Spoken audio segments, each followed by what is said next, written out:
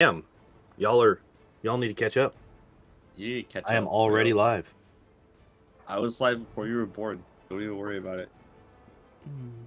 Yeah, Maybe. you're live with the Midnight fuck. Isles. Good job, Pondoor. Oh, did I not? I didn't change any of my stuff. Tisk, tisk, tisk. You try to get ahead.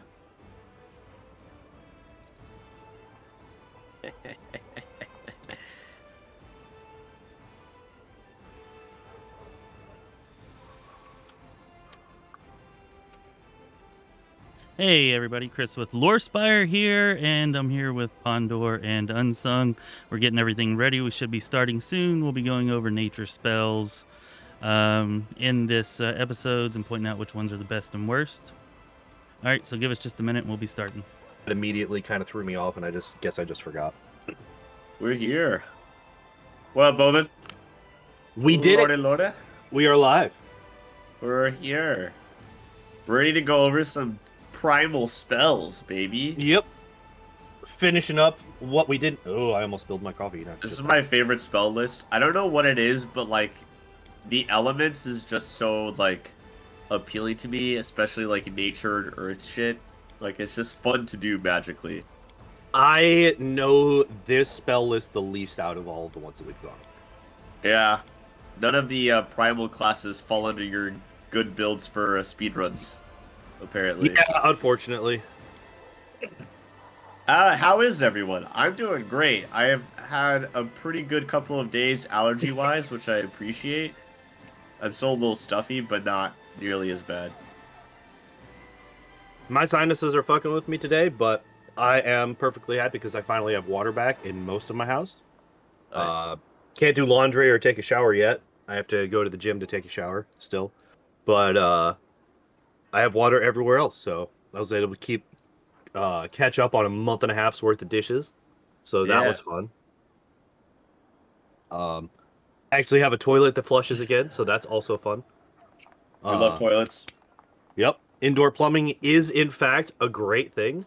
And having lived without it for a month, I appreciate it a lot more now. Never take it for granted again. Never, ever.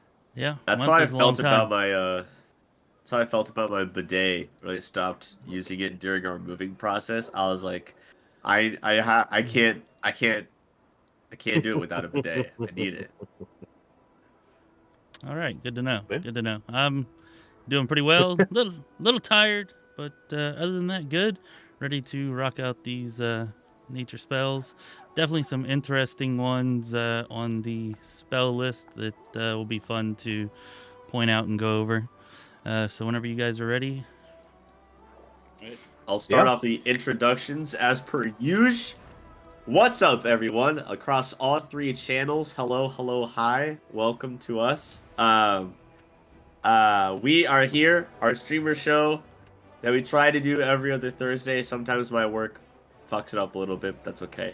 Yeah, it's always Unsung's fault when we do it. It's always actually. It literally has been mine every time. But today, we are here with the primal spells. If you guys want to see, we just did Arcane last time, right?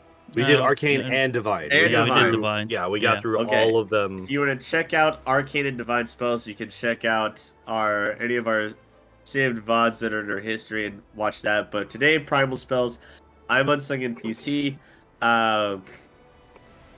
And I have just released a video that does a little 3-minute preview on our Baldur's Gate 2 Throne of Ball playthrough. So if you're interested in that, you should check that out. And come see me live on Twitch other than just tonight. But hello to all you beautiful peeps across all three channels. Thank you for being here.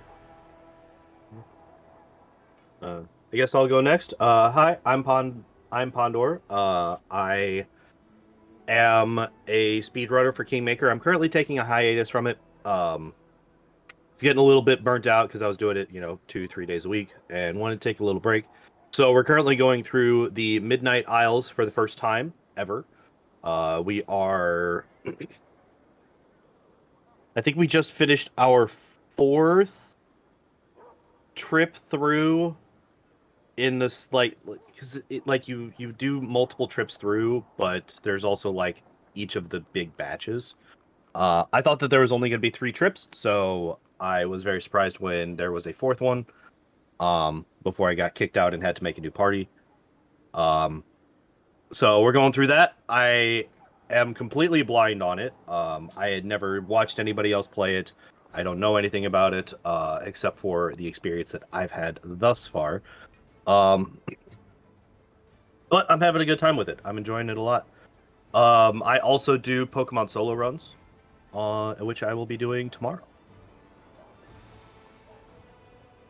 All right, I'm Chris, or Lore Spire, as I'm usually called here. And yeah, I just want to say that's awesome that you're playing through the Treasure of the Midnight Isles DLC. That was actually surprisingly fun. I usually don't enjoy games or DLCs that are very story light like that is. But to date is definitely my favorite Wrath of the Righteous DLC. Although I'm super hyped for the last Sarkorians that's coming out at the beginning of March, and we'll definitely be streaming that quite a bit when it does. I think that's going to be very awesome. Also, just want to point out, if you look down in the description of this video over on YouTube, or if you're on Twitch, down in my followed streamers section, you'll find links to Pondoor and Unsung here, so you can check them out. They're awesome guys. They got some good stuff on their channel, so be sure that you do that.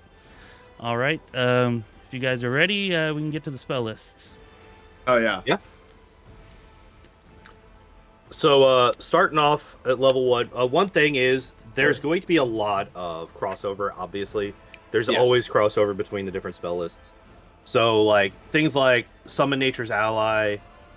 Actually, no, I think that might be because it's Summon Monster for the other ones, right? Yeah. Summon Nature's Ally is primal only, but like things like Remove Sickness, Feather Step, Fairy Fire, or no, Fairy Fire is another one. I keep trying to come up with examples, and I keep picking ones that aren't. But about half of these spells are on other spell lists, so we're not going to go over those spells again because we've already done it. Agreed.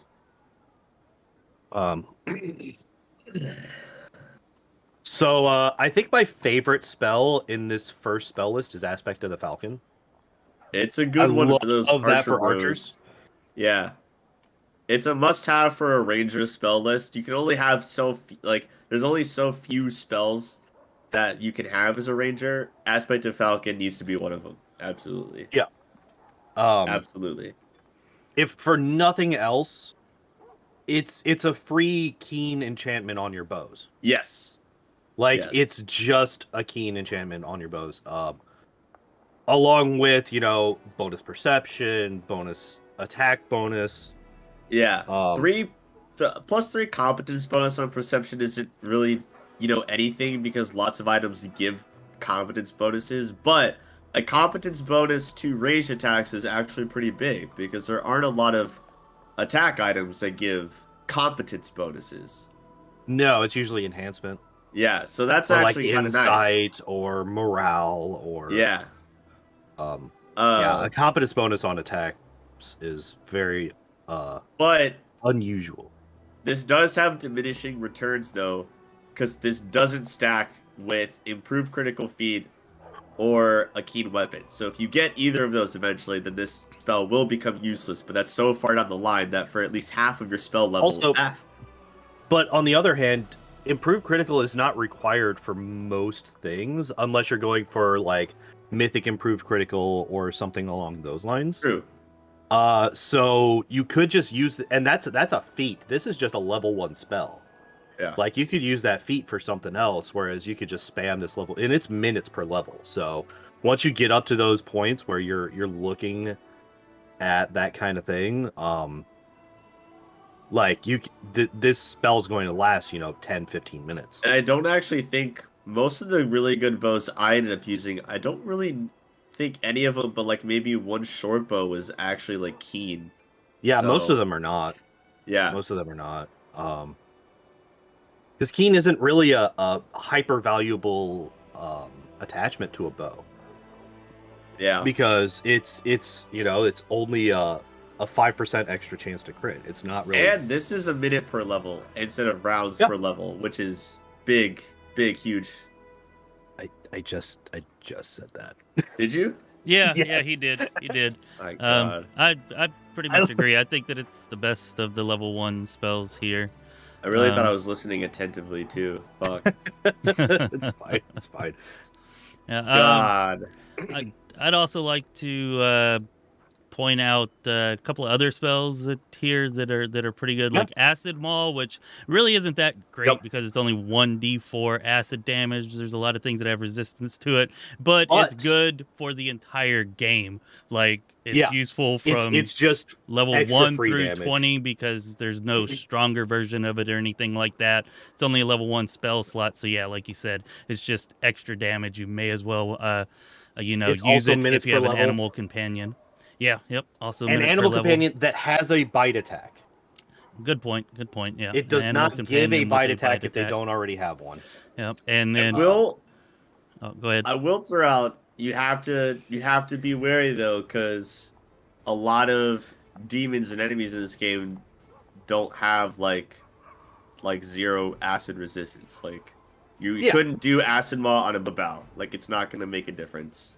No, So- but there's usually a lot of mixed together enemy groups, and not all of them True. will have the acid resistance. That's true. So I just wanted it's to still throw on. that out there. Yep. Yeah, it's not going to be effective against everything, especially in this game. Yeah. I like this spell a lot more in Kingmaker, especially in Chapter 2. Oh yeah, the um, trolls. Yeah, for sure. Yeah, because this just Super gives helpful you against them. this just turns off their Yes. regeneration. I do like Magic Fang though, just for getting over like magic, bypassing magic for a DR.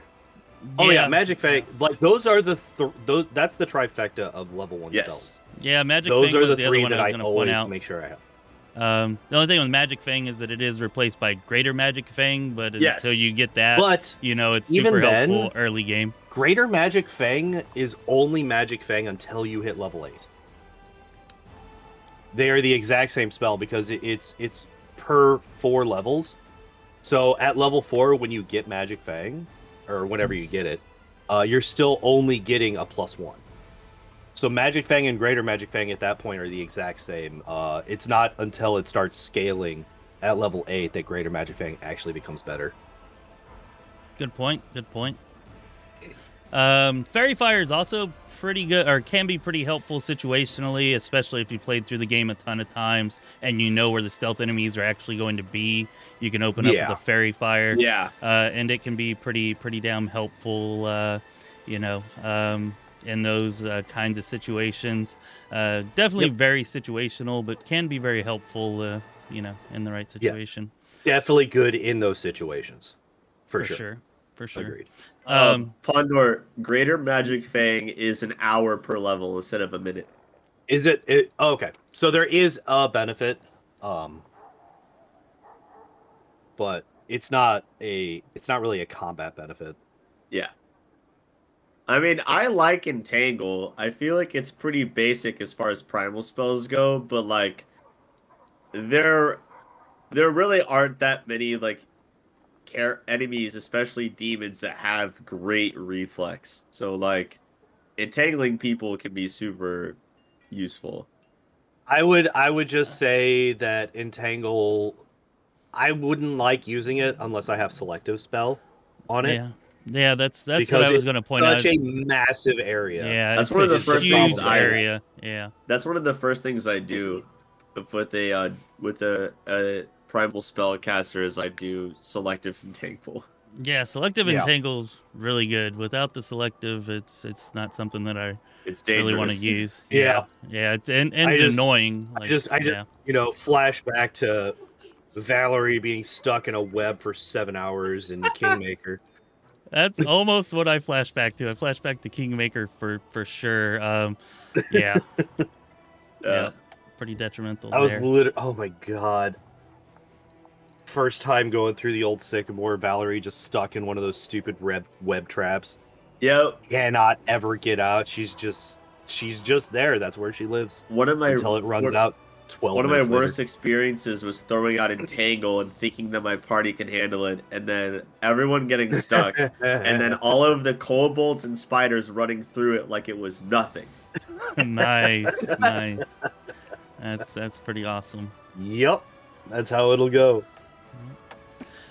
All right, so I guess that's about all there is to say about level 1. Everything else here we've either the already only covered. other two.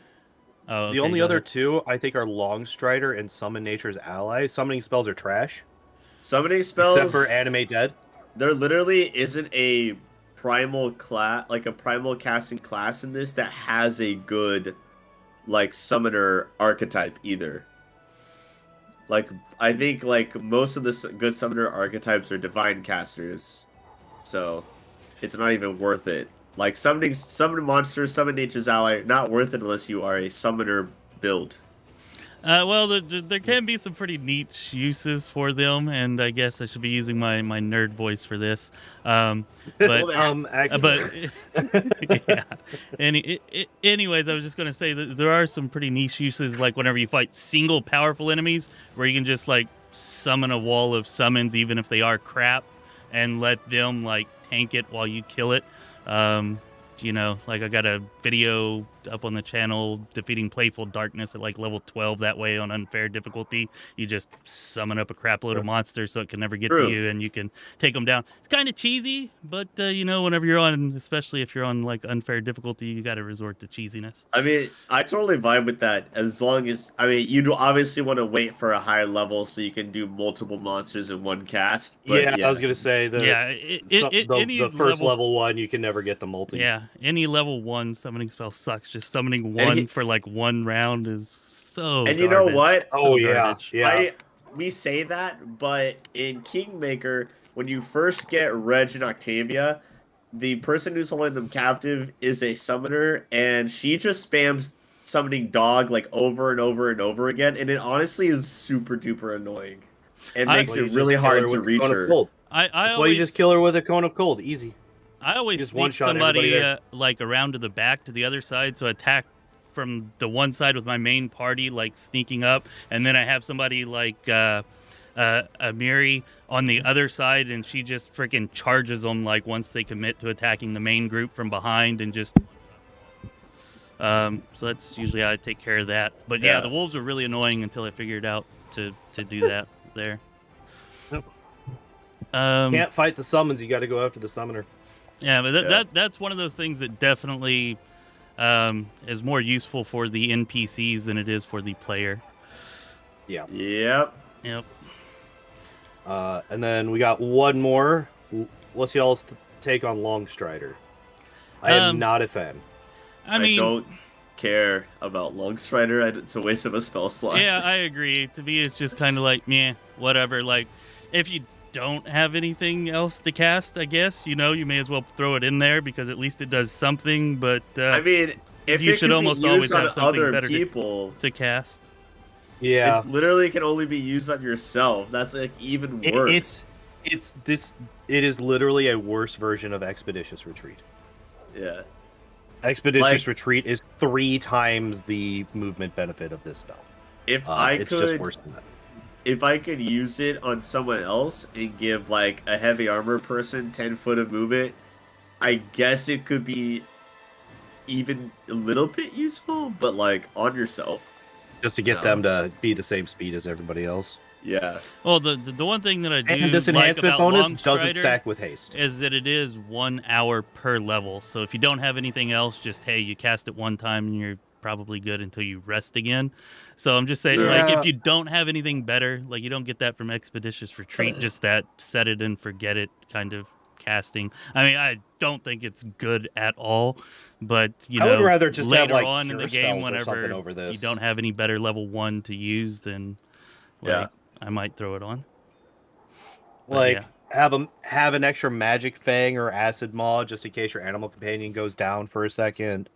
Have some cure spells instead of it. You know, multiple stacks of fairy fire or entangle if you're going with that.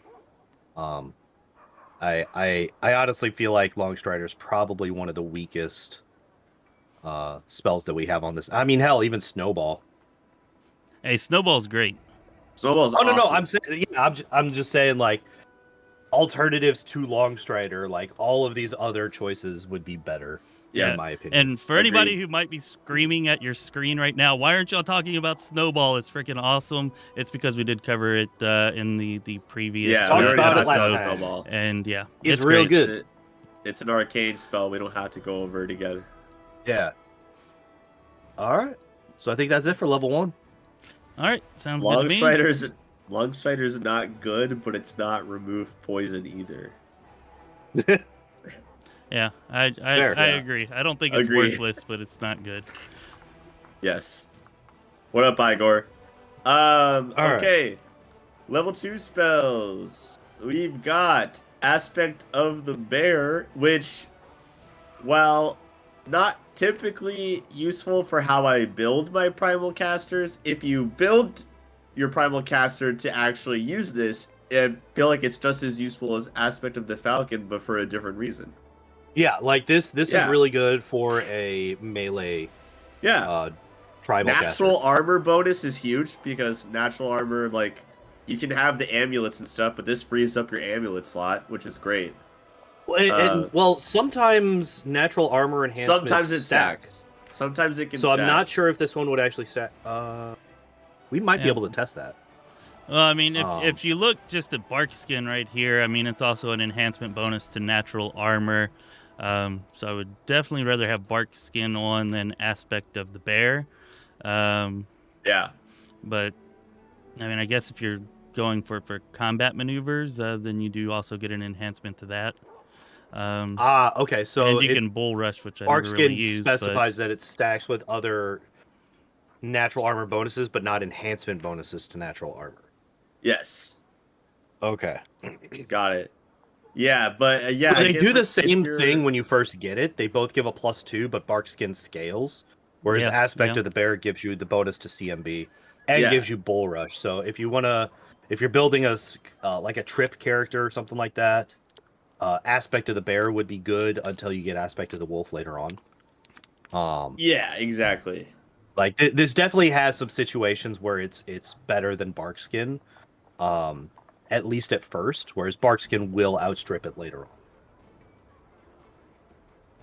on. Yeah, I agree with that. I agree with that. I would agree with that. Hold animal. Is we can animal skip- aspect primal No, it's only, or is that We went over the animal aspect spells, I believe. okay?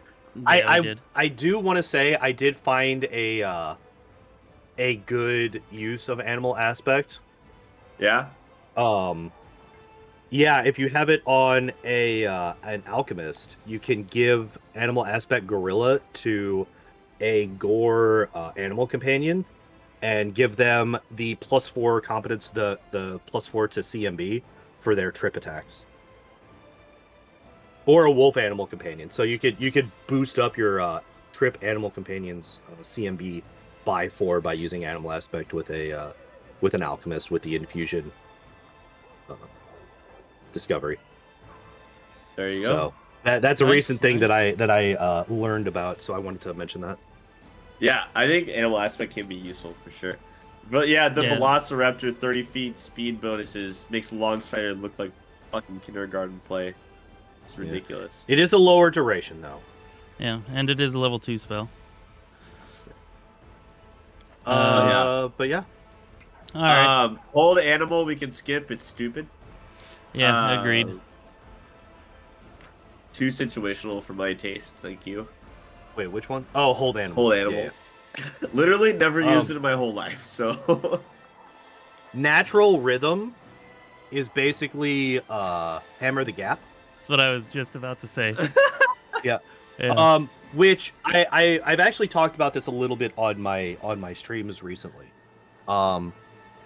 I like Hammer the Gap a lot more for animal companions and natural attack builds than I do for normal characters, because they don't take the penalties to attack as they continue throughout their full round action. All of their attacks will have the same bonus. So if you have like a Smilodon that has 5 attacks that all have the same attack bonus, Hammer the Gap's actually not terrible, because that could be an extra, like, I mean, it's not like a massive Like amount of 4 damage, but damage? it's a potential like extra 8 damage per round,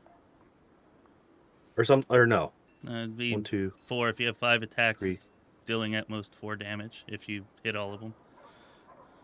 Right. Well, but it's 1 damage, then 2 damage, then 3 damage, then 4 damage. You're 4 plus actually 3 right. is 7, Yeah, so it's yeah. an extra 10 My damage bad, per my bad. round. Hey guys, does natural rhythm stack with Hammer the Gap? I would doubt it, but I've not actually tried it. Doesn't say it doesn't. Yeah, So I I guess could not tell you. Considering the fact that I've never put either... Well, I have Hammer the Gap on some of my animal companions, but I've never used natural rhythm in my life. Yeah, it's not something I would use either. Like, I'm always filling up all my level 2 spell slots with bark skin, like, pretty much all the time. Bark skin, and then, of course, the enhancement bonuses from, like, bear strength, bull strength, cat grace, stuff like that. To me, those are far and away the best spells in this group, which we already discussed those. I also love, I like,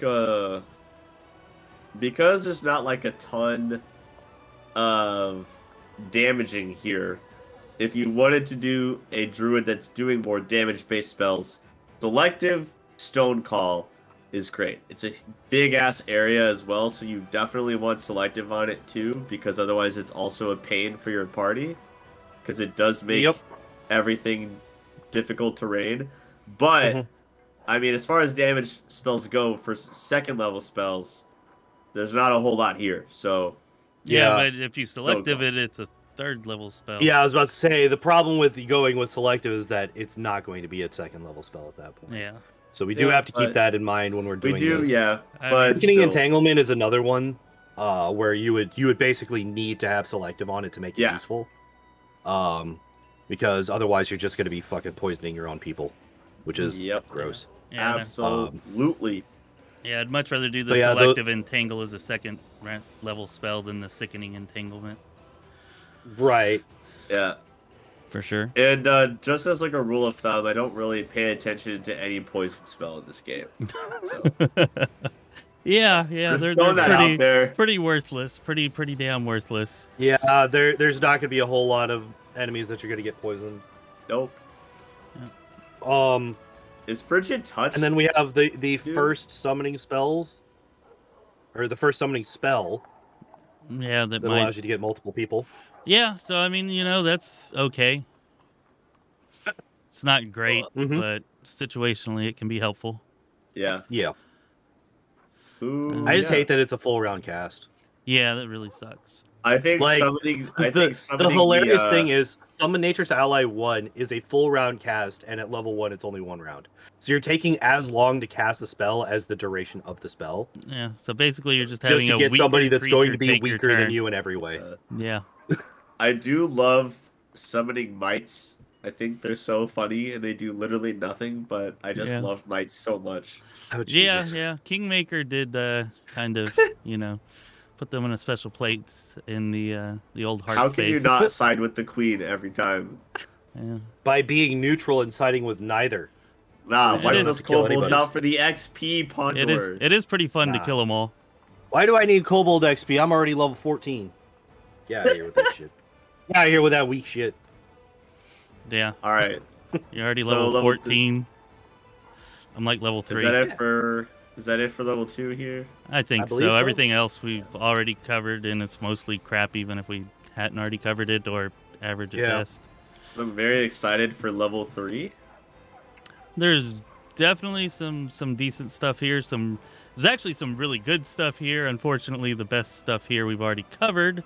But yeah, there's some All good stuff lightning is natural lightning, not affected by spell resistance. Great lightning move.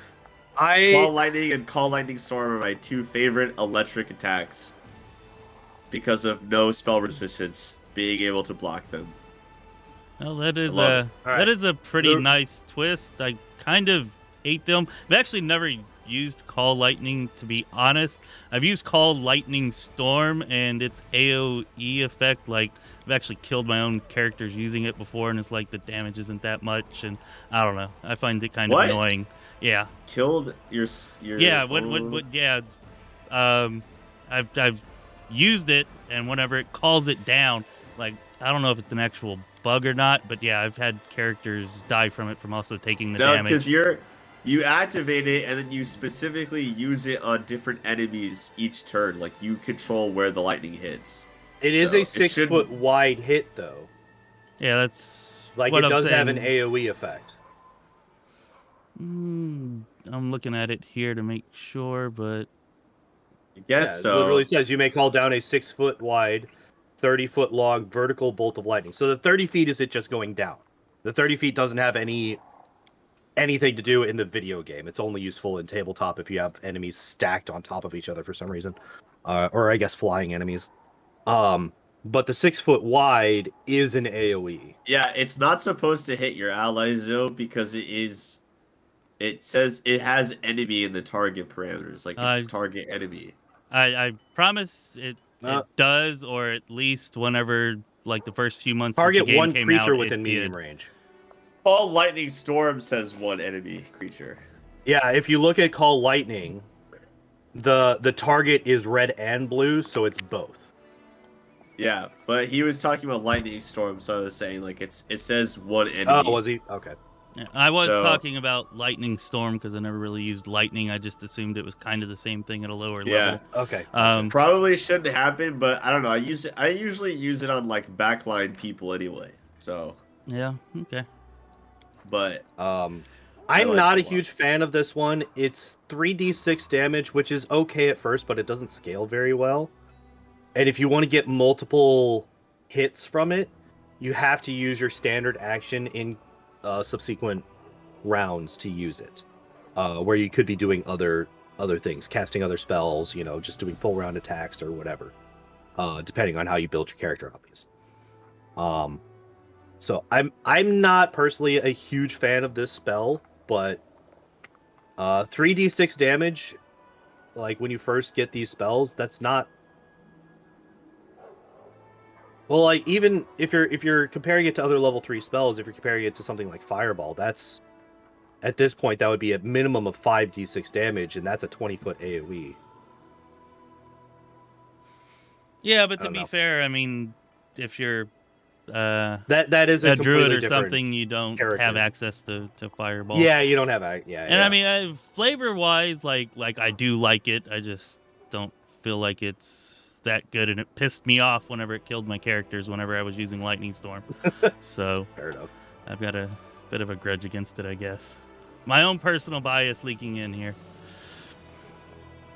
Yeah, All right. I've never used it in the games because one of my party members in one of my real life tabletop took it, thinking that it was a swift action to activate the lightning after the first round.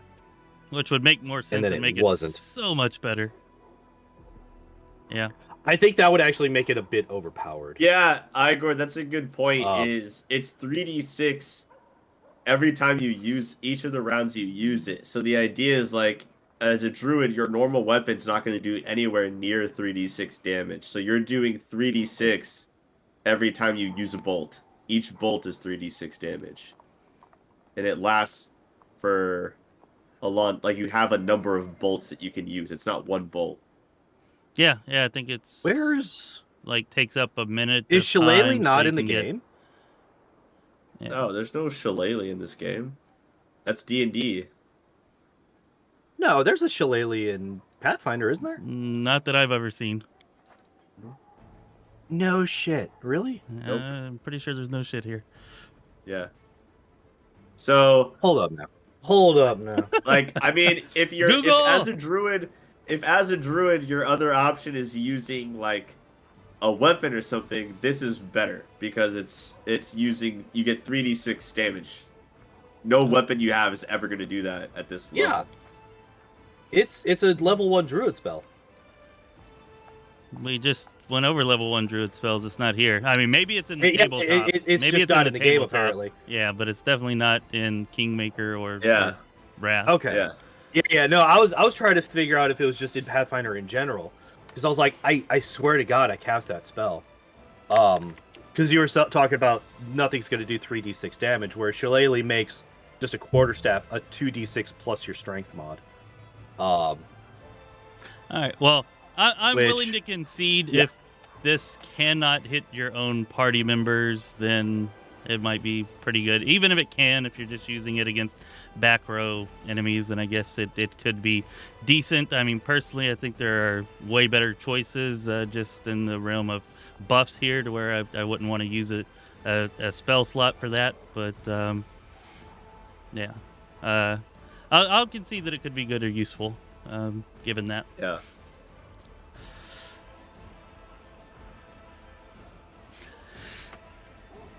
I don't like it. I don't like it either, but I'm willing to admit that's personal bias. Yeah. All right, we have Greater Magic Fang, which we already kind of talked about. Like Very good. It's really good. Yeah. If you got an animal companion, you should use it. And The scaling is a little slow, though. it is a little slow, especially. You only get the maximum of +5 at level 20. Yeah. Like, That's because the way spells are written, there is no spell that says, like, there's no spell that would scale at +1 each level and then stop at a certain point, and they're not going to give you a weapon enhancement bonus that goes over +5. no. There's definitely ones where it's like this scales I think with there's a maximum some. of 5. I think there's some that hit +5 by like 18 or something like that, but And like there's there's definitely anything that- caps in a bunch of spells. Like Fireball caps at 10d6. It's not a buff, obviously, but there's definitely caps in spells. Yeah, that is- there's definitely most of them have them. But Like, yeah. if you had an enhancement bonus that was like 1 each level, and that would give I'm not you saying it should be +5 one each so level. quick. I figure it should be like one every 3 levels at most. I mean, isn't this the same as Greater Magic Weapon? Like at level 20, you can get a +5 bonus from it. Is it? I don't. So I I'm pretty don't sure remember it's like on par with that. Yeah. Yeah. Most spells that I have seen that do enhancement No. bonuses of some kind. Broadgamer's here scale saying plan Fireball up to caps level at 15. No, Fireball caps at 10. Cone of Cold caps at 15. Fireball definitely caps at 10d6. All right, then we have Longstrider Greater. How do you feel about that one? It's long strider, but also stupid. Oh, come on now. Gives you twice as much speed for only 3 It's times the it's level. still worse than a level 1 arcane spell. Sorry. If I wanted people to be this fast, I would turn everyone into monks, okay? Or just cast haste. It's only rounds per level, but it's gonna give you AoE, and it's faster. All right. What about Yeah, Longstrider's bad. what about like say Soothing Mud? Because that and Spike Growth are like the only other 2 spells here that we haven't already covered on some other spell list. I've never really remembered to use Soothing Mud, although I have never slotted once it. used this spell. I have slotted it before with the intent to use it, but I've never actually remembered to use it. Don't care about fixing ability damage because there's so many things that do that as much as I would care about fixing ability drain. Ability drain is worse. So Well, I think Yeah, what- but you're not gonna get a level 3 spell that gets rid of ability. I know, drain. but I'm saying like there's so many divine spells that cure ability damage anyway. Like I'm not gonna slot Soothing Mud. I think what's really it terrible is about AoE it is though. So if you have a lot of people that have ability damage, this will be a lot more efficient to get rid of it than just casting lesser restoration over and over and over and over again. agreed. That's Agreed. what- yeah. Which is kind But of it the also thought that I had affects- whenever I was intending to use it, but then never did. It does affect enemies too. Yep. And Yeah, but are you really gonna use this in combat? I highly unlikely that I ever would. Yeah, I would. This is something that I would use after If- combat. If it didn't cap at 1 time per character, then I think it would be much more useful, but it does. Yeah. Anyways. So kind of It does have the best. actual healing, but it's only 1 point per round, and it's only rounds per level. Yeah. So that actual like hit point healing is basically negligible. Pretty negligible, I agree. And but yeah, so like if you get hit by like a centipede swarm or something, and everybody gets the fucking poison damage, everybody takes dex damage, because for whatever reason you decided to stack your entire party. hey, Tentacles, we're actually discussing them in both contexts. They pretty much only use real time with pause. I use real time with pause and turn based kind of mixed whenever I play. So any perspective that they give is from a real time only perspective, most likely. Mine are kind of hinged or rooted in both perspectives. Glad to have you here, though. If you have any questions or anything, be sure to let us know. And you can always join the Discord and ask questions on there. Link is in the description. Types of spells, I would definitely say that taking the, what is it, the meta magic specialty or whatever, the mythic ability, the favored meta magic, favored meta magic. You would if you're wanting to take these types of massive AoE spells for druid, you would definitely want to take that, just so that you're not increasing it for every spell. Because you got Entanglement at level 1, Sickening Entanglement at level 2, Spike Growth at level 3. I'm sure there's more at level 4, 5, 6, whatever.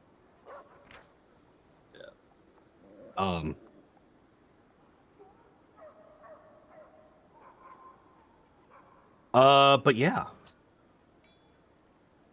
Right. It is for every 5 feet of movement, so as long as the characters are still moving through the area, it is still doing damage to them.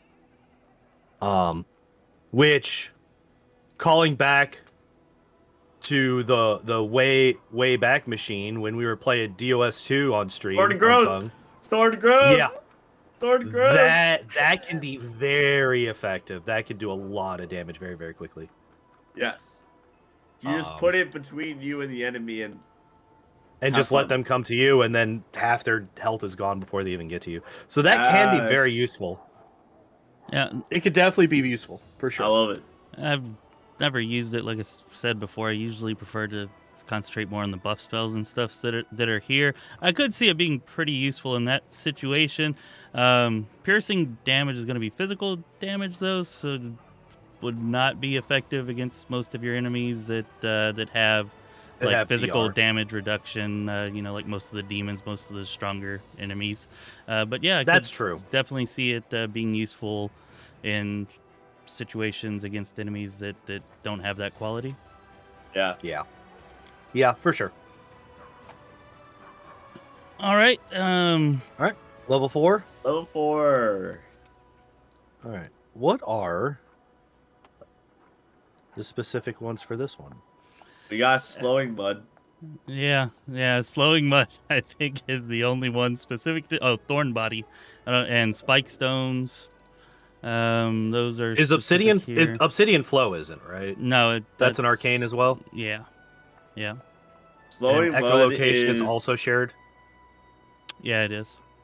Okay. Slowing Mud is slow but also dazed. Yeah. It's the slow spell that also dazes. All right. I feel like it's enemies only. Yeah, I feel like it could be pretty good if you're making like a DC caster. I've never really done that with a druid, but would make sense. Yeah. A druid DC caster is really weird.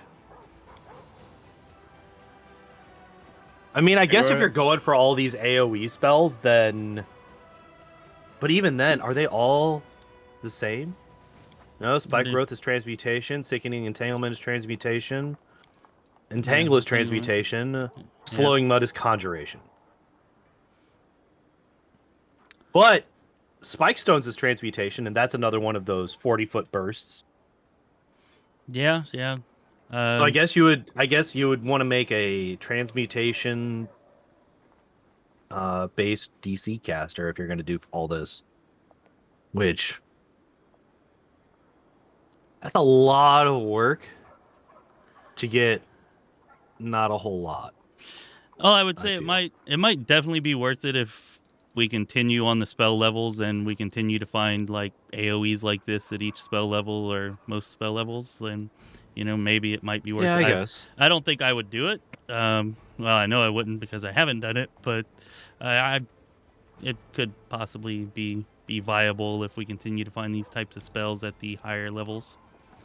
You guys talking about how great echolocation is? No. No. Yes. I don't even know what blind sight gives you in these games. Like, how does this actually benefit you? Does it just let you see stealthed enemies? I don't think it actually lets you see stealth enemies, but like they wouldn't get their bonuses for attacking you from stealth, I think is the way that it works. I always just use true seeing.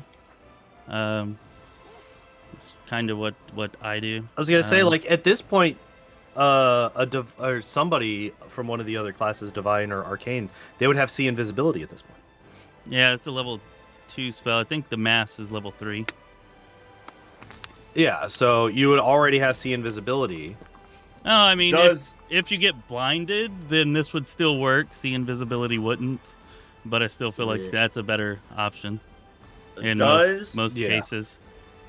Does blind sight get you immunity to gaze attacks, or is that blind fight the feat specifically and not because of the blind sight that blind fight gives you?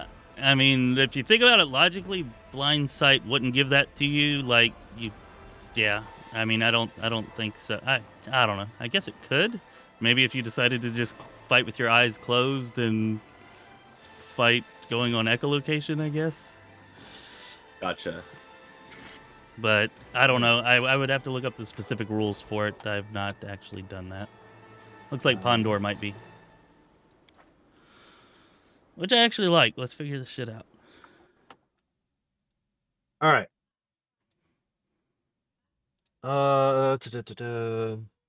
Location. Lights as well as a sighted creature. Invisibility, darkness, and most kinds of concealment are irrelevant. The creature must have line of effect to a creature to object to discern that creature or object. The ability's range is specified. Usually does not need to make perception checks to notice creatures within range of its blind sight. So it has some definite advantages over see it invisibility, and I guess even true seeing. Yeah, nope, nothing about gaze attacks on your blind sight. So, nope, it does not have that specifically. Trash. All right, so Trash. Yeah, if you want to cover all your bases, I guess grab this and see invisibility mass, and then switch that over to true seeing communal. Or I guess it would be see invisibility communal, not mass. Yeah. But anything else we're looking at here that's a Thorn body we haven't talked about yet, I don't think. I mean, I guess if you're going with a melee druid, it's personal only. So I guess unless you're going with a melee druid, it's not very good. And even then, I feel like it's not that good because if you're taking damage, you're almost certainly going to be taking a lot more damage than what this is dealing. So it's just a lot better to make sure that you're not taking damage through some means. True. I put it on Camellia, but at this level, there's not like a ton that she's gonna cast for herself as a melee primal caster anyway. I will say that mentions could make use of slowing mud with a conjuration focused druid angel.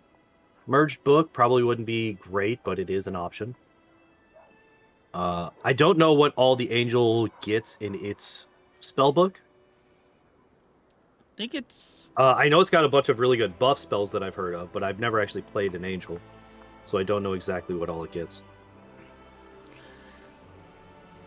I mean, if you wanted to use like expanded magic arsenal, you can get your spell DCs really, really absurd, and then you can really just instead of having to take all of the feats, like 4 feats, You can instead just take 2 mythic feats, and you can end up getting more bonuses than you do from taking the 4 spell focus and greater spell focus feats for conjuration and transmutation.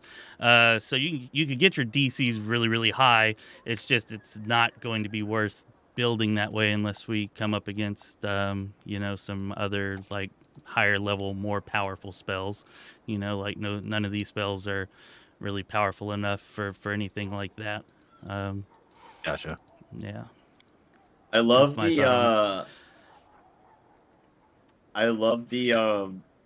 the fact that Summon Nature's Ally 4 is basically telling you that 1 Direboar defeats 3 leopards.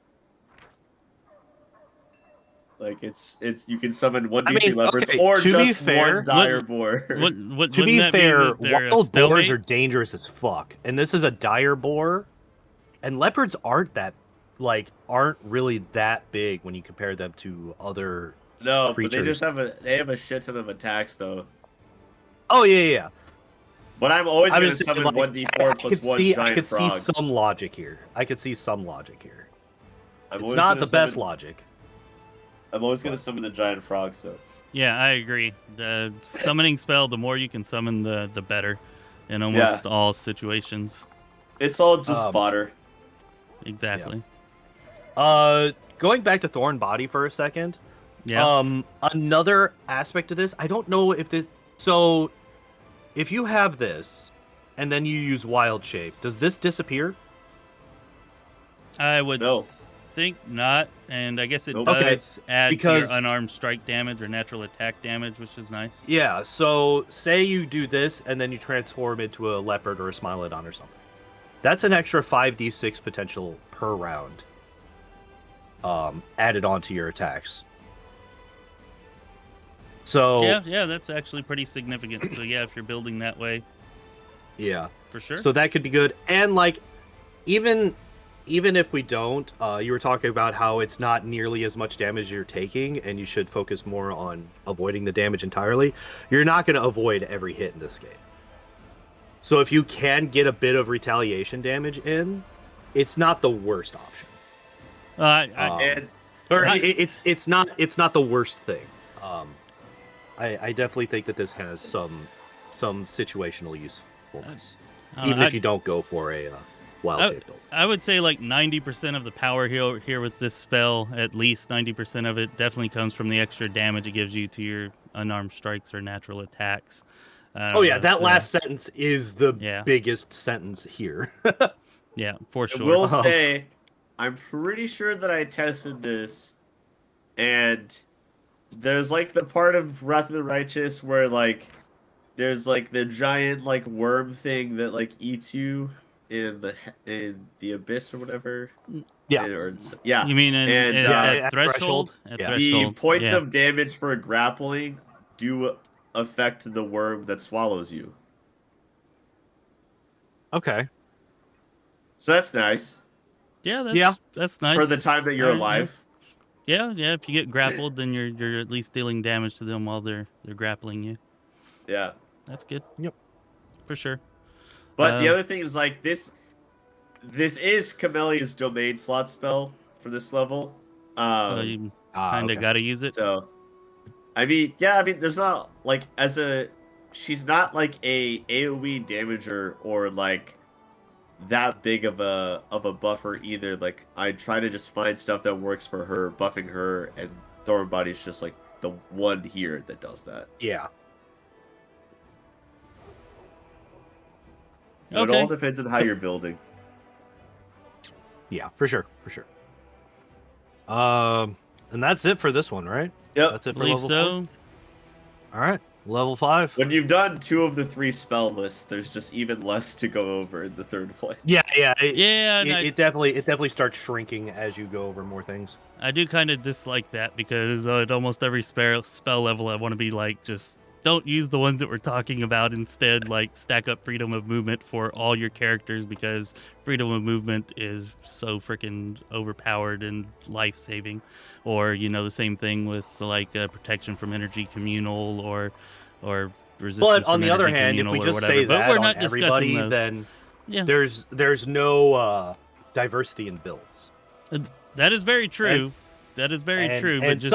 some of these do sound kind of fun, honestly. No, Like, definitely. And we're supposed to be covering ones that are interesting, fun, those aspects as well. Just. Yep.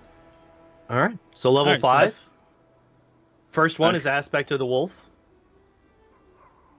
Again, if you're building, I mentioned this when we were talking about Aspect of the Bear at level 2. If you're building for like a CMB or a trip build, or even just a melee build in general, this is a +4 to strength and dex. This is also good if you the bonus to trip attacks and the trip combat maneuver, if it stays on when you shapeshift, that's that can be very good. Yeah. Yep. It's also a swift action, does not provoke attacks of opportunity. It's like there's a lot here that's really good. Yeah. For a melee character, even if you're not doing the trip attacks, just the +4 to strength and dex. Yes, you could get it from 2 level 2 spells, or 1 level 5. Or the belt if you have a belt that's that good yet. But I don't think this is what level 11 that you would have this spell slot. I don't know if you're getting +4 to 2 stats yet at level 11.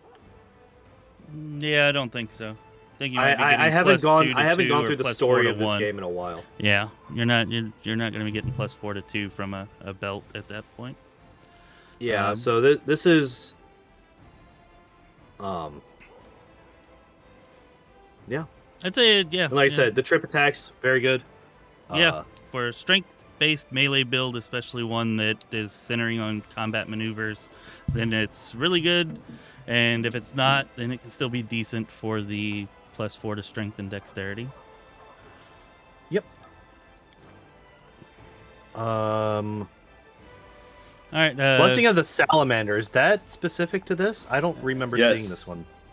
Okay, it is, so. And it would be good if it wasn't rounds per level. It's also an arcane spell, but we can definitely cover it. Is it an arcane spell? Yeah, because I would talking about it. Yeah, I think it might be one of the ones that we kind of skipped over, but yeah, I remember I would use it with. I think Ember gets it, and I would use it with her sometimes. Ember's a weird one though. They have like some primal spells in her spell slots, don't they? Aren't witches like a weird mix of some arcane and some primal? I think she's arcane only. Witches, witches and shamans have similar spell lists to each other, which is like some primal, a lot of elemental stuff, and then also necromancy. That's kind of like the combo. No, I thought witches had got like 96 spells from the arcane spell list or wizard spell list or whatever, and that's just where they came from. I have no ideas. Unless they got some from like their spirit or whatever. Or that's not what it's called, is it?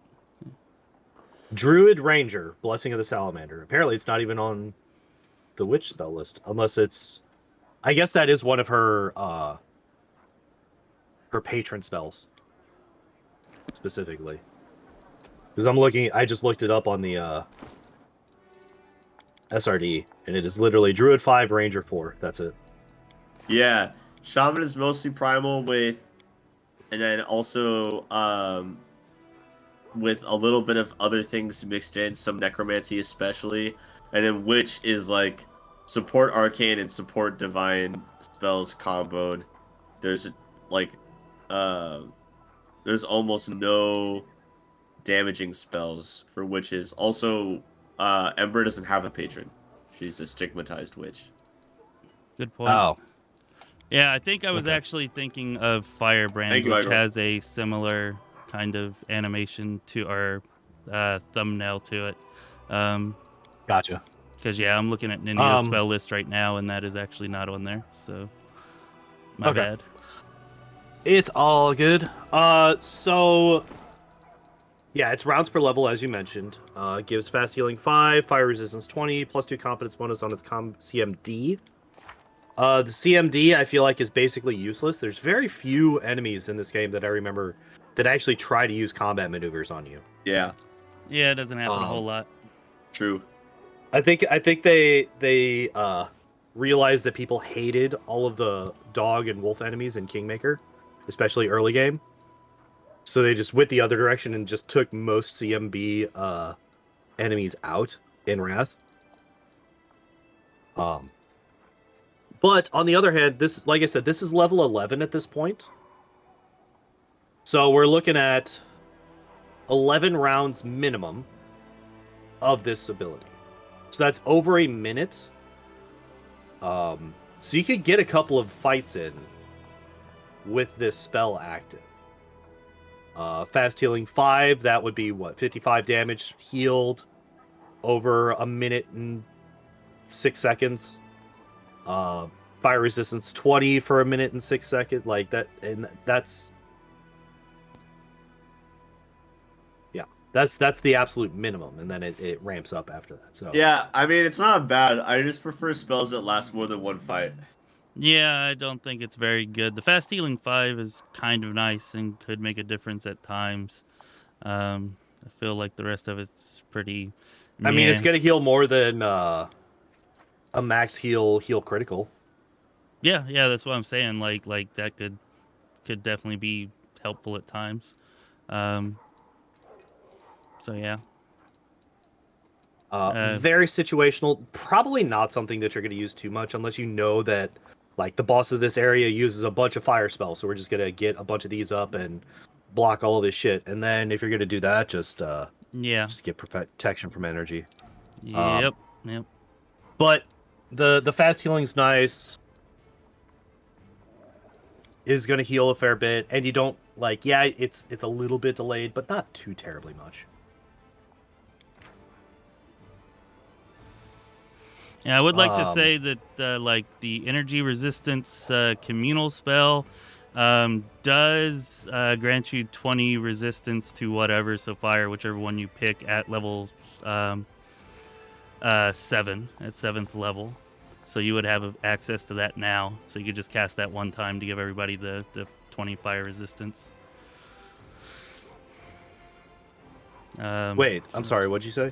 What was that? The Resist Energy Communal, starting at 7th level, it gives 20 points of resistance to whatever's, like, type of energy damage you choose to get resistance from. So you could just cast that once as a level 3 spell to get 20 points of fire resistance to everybody.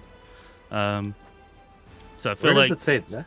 Oh, it does. Yeah, I feel like Blessing at of this the point we would be Salamander. at 11th level, so this would be 30 points. Oh yeah, we are talking about 11th level, right? So yeah, you would get even more then. So I feel like that's always like the best way to resist any type of like elemental damage is definitely resist energy. Oh man, that So, is pretty rude as hell. much just the fast healing here that would matter and situationally, I think. Yeah. So the reason that I was confused there for a minute is because I was just reading it. I was just mousing over resist energy. I hadn't actually right clicked it. And if you just mouse over it, it ends perfectly at that damage is reduced by 10 points before being applied to the creature's hit points. It has a full spell description there. Yeah. And then if you right click it, it's like, oh yeah, also you get extra shit as it levels up. Like, it doesn't mention anything about scaling and ends perfectly on the end of a sentence. Yeah. So it makes you think that there's nothing else to look at. Yeah. It's just a really rude UI. If I didn't use it so much, I probably wouldn't have noticed that either. But yeah. Yeah, I did not actually know that it increased as you leveled up. I had no idea. I thought it was just 10 flat out. So then we got Call Lightning Storm, which we kind of already talked about. Yeah. So if you like Call Lightning, then you'll like Call Lightning Storm. It's more damage. Kind of the same thing otherwise, except it does have a maximum number of bolts you can call. I don't think Call Lightning 15. did have a maximum, did it? It did so because you have it's minutes one per bolt. level, and yeah. every time you call a bolt, it reduces it by a minute. Yeah, but a minute per level spell, you can actually get to like 24 hours, so it's basically infinite if there's not a cap on it. But That's this fair. actually which has is probably a cap. why they put the 50 bolts in. But also, like, I've literally never played a combat that lasted 15 rounds. So why would you need 15 bolts? I've played combats that lasted like 60 plus. That's awful. Just saying that. Yep. It's Rounds? happened. Also, Yes, I know for a rounds. fact that Yes, rounds I know and for a fact, turn-based. Unsung, that you are lying because I was there when you played through the fucking in defense the first time. And that was definitely more than 15 rounds for you, sir. Yeah, the first time I played the in defense, I went over 50. It's really not more than 15 rounds though. Like, it feels like it, but you've got like 30 people doing a single thing, doing things in a single round. Imagine playing on turn-based. I'm just saying I know mine was because I did play it on turn-based. And the time that I played Full Darkness at level 12 on Unfair, that took like 60-something rounds. And I won, God, but it was on turn-based and it took 60 actually plus played it on turns. turn-based. Yeah. Why? Did that take you 3 hours? Rounds? Because if you're level 12 and you're fighting something as powerful as Playful Darkness on Unfair difficulty, you have to play it on turn-based to have a chance. Like, otherwise, you ain't got a freaking chance. Well, I guess you could just summon like 30 pillars of life or whatever and kill him that way, and you would have a chance. But I was trying to prove that you could do it with any party, and you didn't have to have somebody with access to that spell. I did any combat that long, I would stop playing the game. I would stop. I had fun doing it, and we even streamed one of them, and everybody seemed to be kind of into it during the stream. But yeah, I could see where that would definitely turn some people off. It's like more than 10 minutes of a fight. It was like over an hour that the battle lasted. I was about to say, it's 60 rounds. That's gonna be a long time. Yeah, it was over 60 an hour. rounds at yeah, I mean 60 rounds in real life it's gonna be a long time because of how calculating you have to be. In the game, 60 rounds of 6 seconds is 360 seconds. Yeah, so 36 minutes. 6 minutes. It's 10 rounds per minute, then you have... Right? Yeah. Oh, yeah. 60 rounds would be 6 minutes. 6 minutes, yeah. Yep. So the one thing that I will say about Call Lightning Storm, it's only 5d6 and it's one target. But it's 5d6 every round. You're using it instead of a weapon, Pondoor. That's the whole point. And I'm telling you, I speak from experience that it's not just one enemy. It can hit you if you're next to it, or at least it could within 3 months after the game had released. I don't know if it still can or not, because I refuse to use it now, but it could then, for sure. All right, but what are other things that you could do here? What about Fire Snake? You could try Fire Snake, but it's... I definitely prefer Fire Snake. The point, is that you're going to invest in one element. There's no reason to invest in fire and electricity because you would need the mythic feats for both of them to make it useful against any demon in the game. Okay. So I'm just like you have decent fire spells though. Like, well, if you're using Call Lightning Storm, I thought like the whole you got point Flame was Strike, that you have it Volcanic ignored Storm at spell level resistance. 4. What? It doesn't ignore electric resistance though. Oh, okay, yeah, sorry. Yeah. Thinking wrong about that. Yeah, so the whole point is like, yeah, you could use fire spells instead of electric spells, but if you're using electric spells, the Call Lightning spells are the best because they ignore spell resistance. Yeah. Okay. And you're just using it instead of a weapon. To like other, like compared to other damaging spells of this level, it's very lackluster. I'll say this. Maybe it is the best option for a druid, especially because you're going to want to maybe buff a lot, and this allows you to cast your damage spells with only using up one spell slot. Yes. Instead, and saving the other spell slots for stuff like Death Ward, which is kind of essential, and yeah, animal growth, and those are kind of the main two that are here. But it does allow you to save spell slots for that. So, yeah.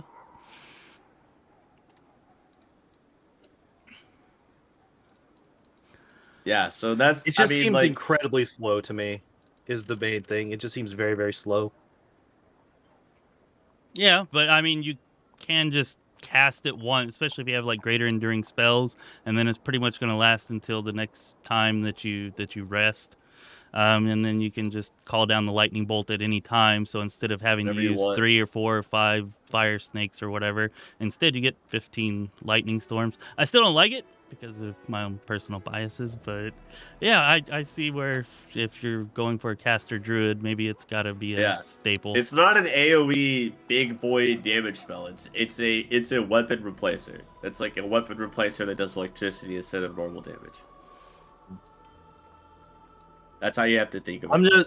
I'm sitting here. I'm looking at what could we have instead though. Fire Like Snake, what you'd are we also- giving up to have this? Fire Snake, you'd also probably have to do selective because getting only enemies in a line is super difficult. No, it doesn't affect allies. We actually went over that last time. But yeah, it doesn't affect allies. Oh yeah. It just says all creatures, which is stupid. Yeah, the But target says all creatures, but the spell description says all Yeah. enemies. That's right. That's right. Yeah, we went over that long. But all other fire AoE spells, you would have to. A lot of make these them. Yeah. targeting animations are incorrect. Just, yeah, for anybody out there who's... Also, Igor's really obsessed with cave fangs. Actually, okay, I let's was talk going to about give Igor a shout out for turning me on to Cave Fangs because it's definitely one of, if not the most powerful damage spell in the game. And I would not have known that if not for Igor letting me know during our Midnight of the Isles, our Treasure of the Midnight Isles DLC run. So thanks for turning me on to it. Yeah, I mean, you can do thousands of damage with it in a single turn. Assuming you're playing on turn-based, it won't work like that in real time with pause. Anyways, yeah, it's It's a free action to place it. yeah, it's a free action. So Oh, Just sit Jesus. there. Yeah, click, if click, you click, get- click, click, click, click. if you get greater enduring spells and make it last 24 hours, then I mean you're looking at being able to cast it like 144 times. So you know that's 144 3d8s damage. What So- the hell? Yeah, and then if you get like Meta Magic Rod, Quicken Meta Magic Rod, you can cast it again in the save turn. So you're looking at 288 3d8 damage. And then if you add something like Mark of Justice or Smite to it, you're negating any resistance they might have to it. So I mean, except on Unfair, you can pretty much auto kill any enemy with this. I'm just sitting here thinking, what and if we even on like have Unfair, you'll maximized auto-kill most power of on them. this too? Yeah, that doesn't count any type of anything else that might increase the damage. Oh God. So, yeah. I've never actually looked at K-Fangs in my life. So if you believe in cheese or if you're playing on unfair difficulty this here, possibly this and Creeping Doom are by far the two best, most powerful druid spells, nature spells, primal spells, whatever you want to call them in And the it game. And ignores- I would say this is probably better than Creeping Doom in most cases. It also ignores spell resistance. Yep. It's physical damage, which is why you want that That's damage dirty. resistance. That's a dirty spell. Yeah, and at tabletop, it would be kind of like meh, because surely no GM in the right mind would ever allow that. But in a game where you can just abuse the mechanics, this is definitely right there at the Yeah. top for most powerful spells in the In game. tabletop, I would say GMs wanting to take away the fun of other people. Boo. in tabletop, I would say you get one free action, Yeah, not as many free actions as you want. and if I think that's rules as written. I think you get one free action per turn. I know it's that way in 2E, I'm not actually 100% sure it's that way in 1E. I'm pretty sure it is. 'Cause I think you get, you have the full round action or the swift action, or So yeah, Tentacles, if you're still around, this one's kind of for you. If you're playing in turn-based, then this is super, ultra, incredibly powerful spell.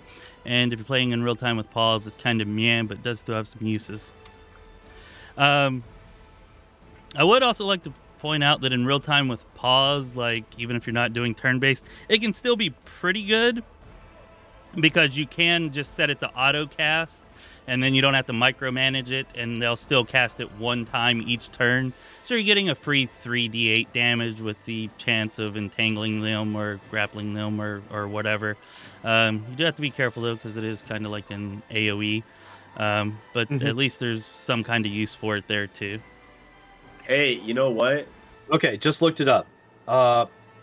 Free action. You can perform one or more free actions while taking another action normally. However, there are reasonable limits on what you can really do for free as decided by the GM. So there aren't any actual rules as written limits on free actions. It's up to the GM. Well, in 2E, there aren't really... Oh, and 2E, in the rules, it specifically says, like I read them in the book the other day, that you get one free action and one swift action per turn, I thought. Pretty sure. Swift action? There's no such thing as a swift action. You get maybe it was just one free action then. Yeah. No. You get 3 action points. 3 actions, 1 reaction per round. Yeah, free action, reaction, not swift action. But also, instead of just attacking Igor and Lore and getting K-Figs, what you could do is activate Call Lightning Storm and shoot lightning down while doing K-Figs every single round. Yeah, I'm sure that's a lot better. There you go. Yep.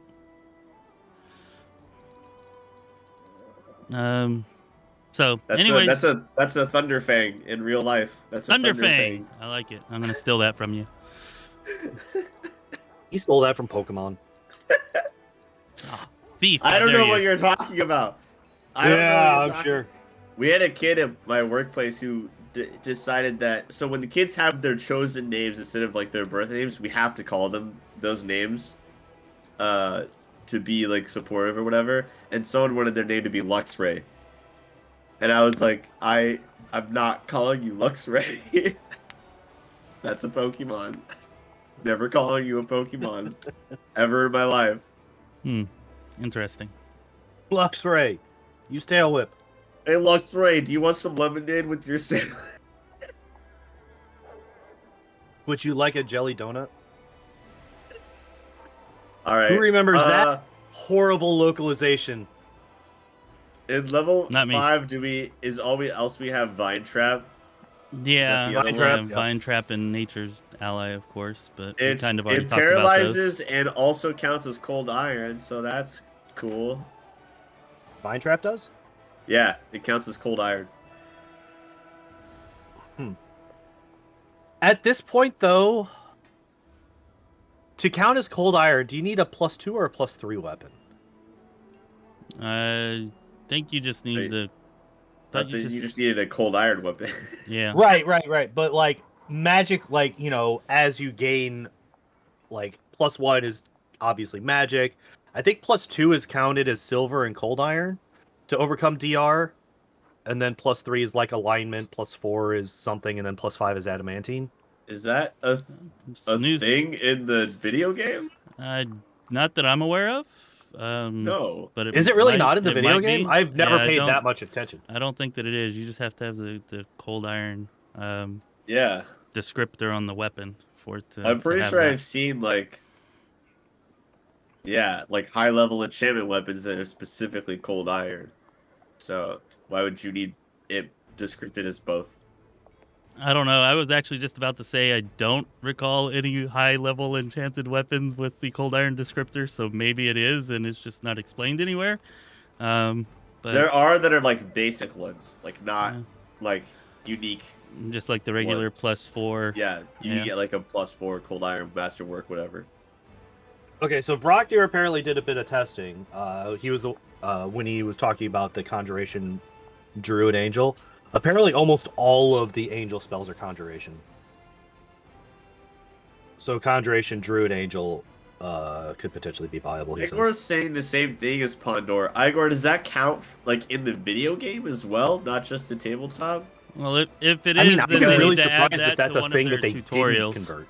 Yeah, that needs to be fucking explained because I've literally never thought through that at all. Yeah, neither had I. Igor says, yeah, that's a thing. What the? All right, well, good to know. So we're here to expand our knowledge. Wow, holy shit. Yeah, I'm trying to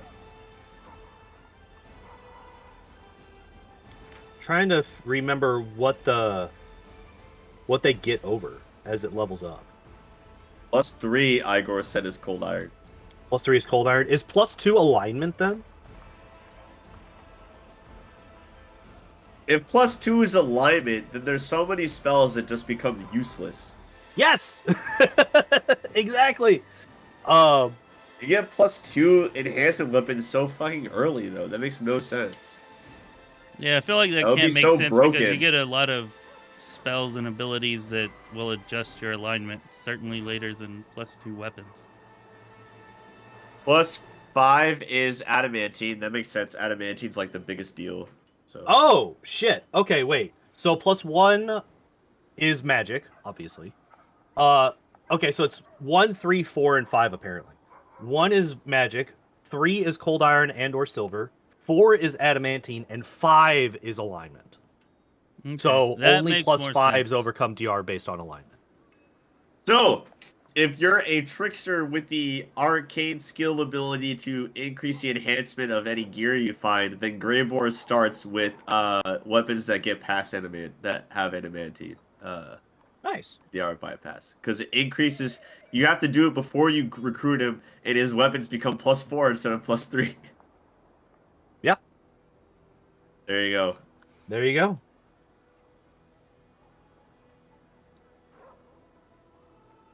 That's a bit of a game changer, I'm not gonna lie. That's good information. That is good information to have. I don't know how I've gone a year and a half without learning it.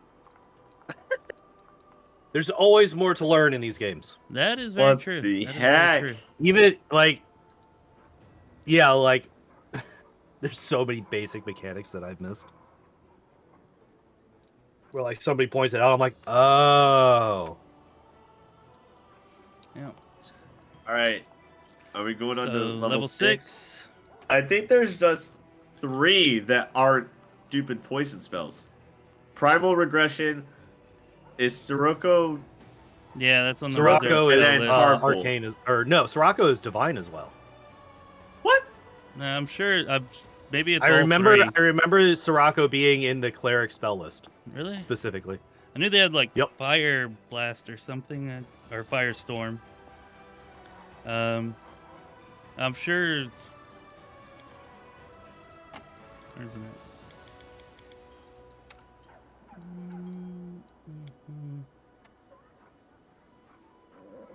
Yeah, Oh, Sirocco is Sirocco also might just on, be all of them. yeah, because it's definitely on Ninio's spell list too. I'm looking at it right now. Okay. So just Tarpul and Primal Regression then. Yeah, druid, mages, sorcerer, wizard. Oh wait. Oh, I think Sirocco might be in. It might have been a domain spell. That would make sense. It might have been a domain spell. So then here we're looking at what, just like Summon Nature's Ally, and I'm pretty sure everything else is on Primal another spell regression, list. I think. Primal Regression. Oh yeah, Primal Regression. And Tarpul, I thought. No, Tarpul is arcane. Really? Yep, because I had it on my. That's one of the spells that I used to use in the speedrun in Kingmaker. Well, I don't like Primal Regression, so I think it's too tricky to use for my taste. Too much going on. So it's a will save, affected by spell resistance. Drops intelligence and charisma to 1, unable to cast spells. -4 on will saves, +6 to strength, +2 nat armor, 2d8 temporary hit points. I can see it being good for some spellcasters, but when you try to use it on any like spellcasting demons, it's not going to matter because they're already beefy. So you're just making them beefier. Like there's not really demons that like can't hit you as good as they can cast spells. Yeah, it's also. What if you're not wait. What if you're just using this on your like melee? Charisma drain is such a common thing in this game that you would probably die. Is it? Yes. I get remember. charisma drained all the time with like my melee characters. Okay. There's a lot of abilities that do it, so it would probably kill you. Also, it's enchantment, and are you really going to be building for enchantment DC with the druid? Probably not, right? Like, Well, I it mean, seems if you're to be using it the on your front, spells that yeah. it's least likely to Yeah. have. I mean, if you're you, using it if on you know, your, well, it's also an enhancement bonus to strength and nat armor bonus to AC, which you're going to have already. yeah. Like, because this is level 6, so that's level 13. You're probably going to have a +4 belt. Yeah, And most if not, likely. you also get bull strength mass at this level. So you could just use this, and it's not quite as much as primal regression, but it doesn't come with the downsides either. Yeah. The more I look don't at like this, it. the more I don't like it. Yeah. Yeah. The more I I look don't at this, like more. it.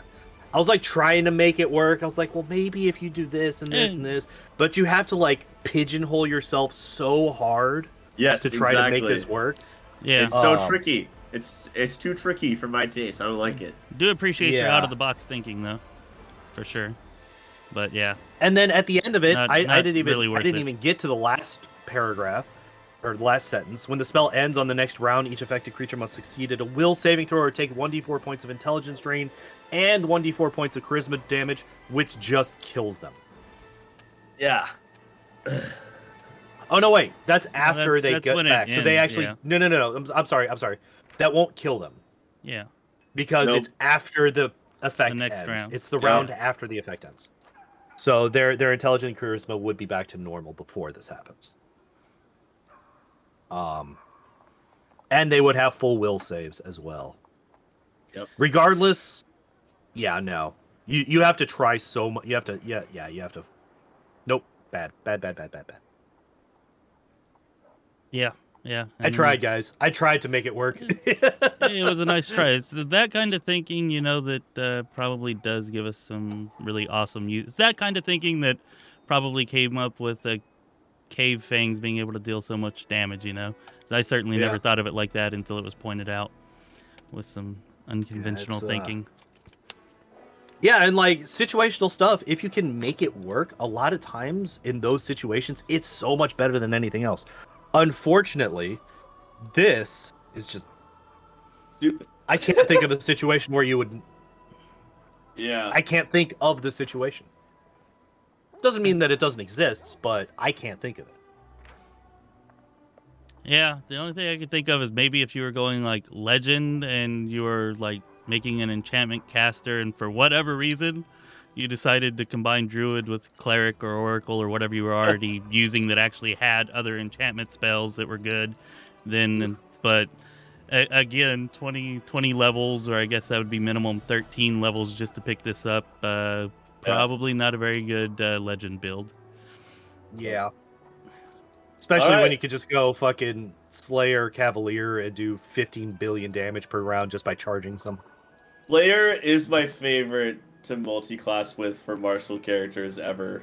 Slayer is It's one so of my good. favorite. It's so good. It's really such a awesome. good good. foundation. It's such a good foundation. I mostly just like that the bonus it combos feats with that you everything. can pick up. You can like pick up things that require you to have dexterity without actually having dexterity, which is Yep. my favorite part about it. All right, so level 7 spells, change staff. That's freaking game breaking, right?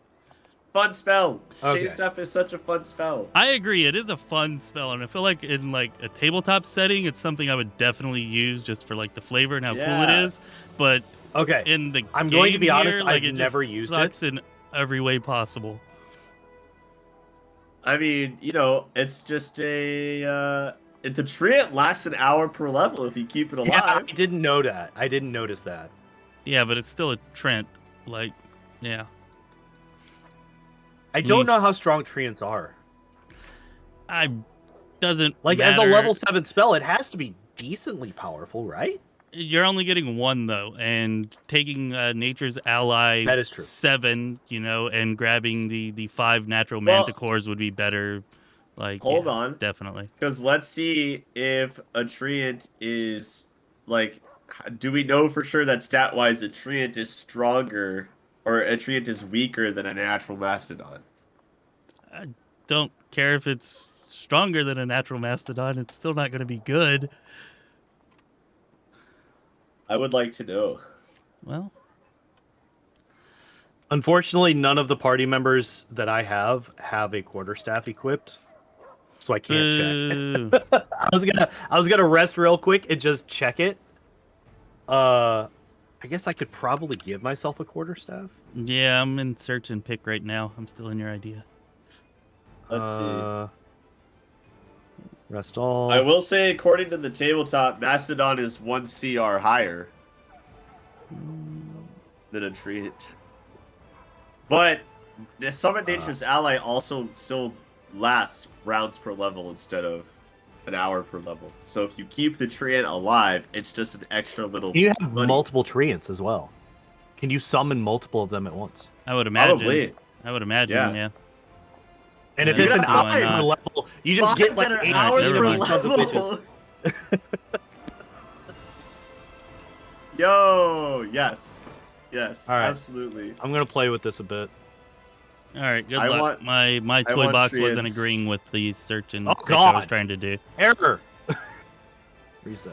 so I gave up. What up, Jubby? Yeah, treant 10 out of 10. Love it.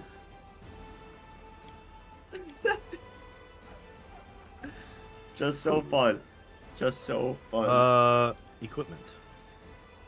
Okay, wait. Okay, so yeah, I'm getting an error message whenever I try Yeah, this. that's what I got, was the error message, so that's why I gave up. And I had to, Wait, like, you it's have to have- saying... I think the quarterstaff. I don't know if I tried this before. Maybe the quarterstaff has to be unenchanted. I think it just has to be like quarterstaff. Like, you know, you can buy a quarterstaff at a weapons vendor, like just a regular quarterstaff, I would imagine. Unity, mod manager. Apparently...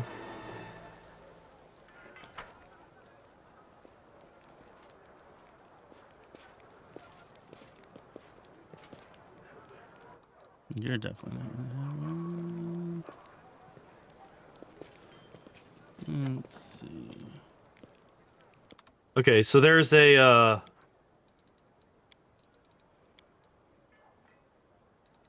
I'm getting a... Okay, here. We'll do this.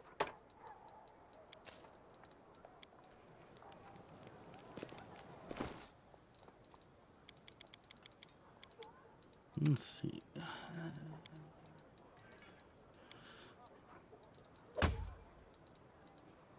Maybe? There Actually, you go. There you go. yeah. What do you mean? I can't update it. Why can't I update it? You guys are really stuck on this. Yeah, I was just thinking, why are we spending so much time? You're the one who thinks it's an awesome spell, though. I want to try it, damn it. Kind of do, too. I've never done it before. I've never used it before. Yeah, I think that's because shouldn't it's be so that obviously terrible, but I mean, maybe not. Gotta Oh, I rest. also gave myself 0 fucking wisdom. So I can't even cast the spell.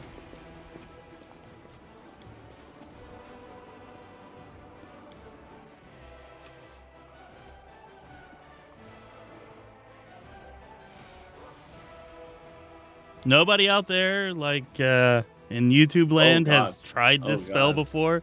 Has any... Nobody's ever used this spell Apparently before. not, because surely they'd be chiming in by now. Not a single person has ever used this spell. Yep. There we go. I have to like.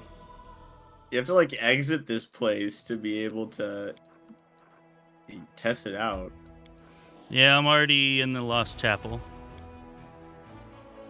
Well, loading into it anyways. Bear!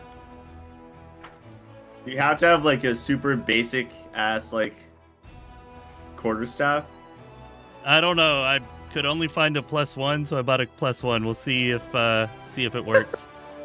Yeah, the problem is I'm in the Hey, Patrick. what's up? We're looking at the quarterstaff Trent spell that druids get and trying to figure out if it's worth it or not. I hold that it is not. But anyways, yeah, that's the one that we're looking at right here. So Chrisen she's says always that ready. he has used it before, but that he doesn't remember it being useful in any way. Like it didn't leave any impression on him. Ooh. They We'll have see all if- this gear, not a single fucking quarterstaff. All right, so we're gonna find out. And so using the spell actually gives me. Wait, that's not right. Yeah, it's got to be a basic quarterstaff because I'm trying to use it and it's telling me that I cannot. Damn it! How do Well, we buy I- one? I failed. Go to the blacksmith. Go to the regular blacksmith. Wilser Garms only had magical gear. But the regular blacksmith guy's got to have a normal one. I should have just checked him while I was there. Fortunately, I I did want not. 5 so I can summon all 5 treants at once.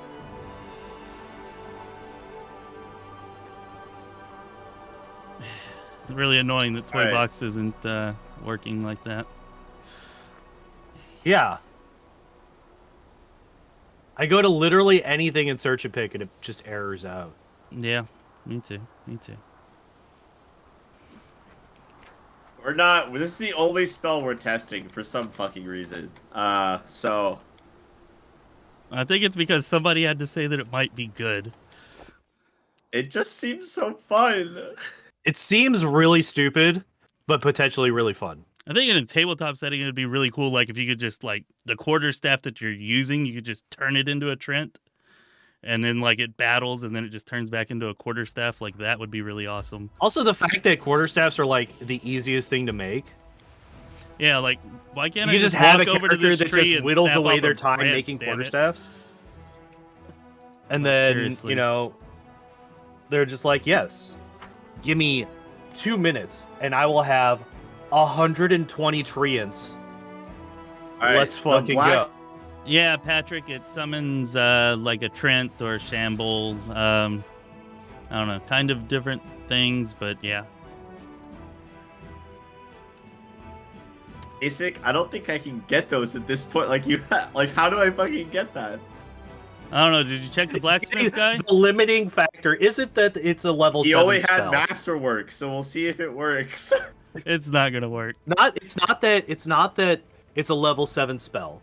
It's not that, you know, Yeah, it's that you need a we quarter can't staff, which we nobody can't in the find world a shit has. enough quarterstaff to be able to cast it. This is a coding glitch. Like it's clearly like it needs a quarterstaff, so the game's like, oh, so only reads quarterstaff. It is like anything that says blank quarterstaff is out. Yep. So masterwork doesn't work either. Oh my, I haven't tested it yet. Why is your Oh. dinosaur so fucking slow, Pondoor? Hey, Holy shit. you leave Sarah alone. She's so slow, bro. You leave Sarah alone. She did good Alright. jobs. This is why I hate animal companions. You can't go anywhere without them. Yeah. That's Wait, true. the animal companion should be faster than the player. It's They're going so always faster. slowly. They're In the always city- faster. I don't know what to tell you, buddy. Just ride on Sarah. Oh wait, I don't know if you can in town for some reason, or at least you couldn't. We're gonna find out. Does masterwork work? Because if not, there's no way for me to test this fucking spell. All right, I'm gonna exit the game. I'm just gonna restart. Yeah, go update your toy box. Yeah, maybe it's just it I wouldn't be literally happening to can't both of us update then. UMM. Yeah, it says I have 0 quarterstaffs. Yeah,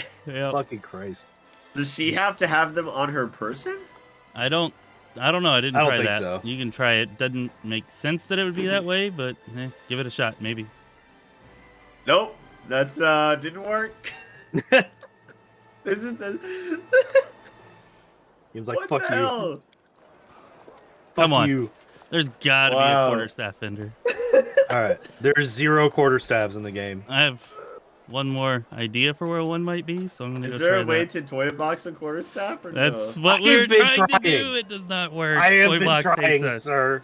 Toy box hates I'm us. trapped in a fucking cave. Actually, the funny thing is, I might have the highest chance of just finding a quarterstaff. Yeah, Oh, wait.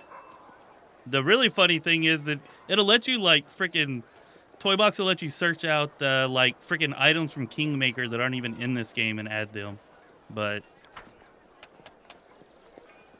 Pondoor, what happened? I went to another thing and it didn't error out immediately, but it is still loading the blueprints. Oh, well, we'll see. I had other blueprints load as well, like under abilities and whatnot. All right, I'm going to play through and see if I can't find me a quarterstaff somewhere. You can't.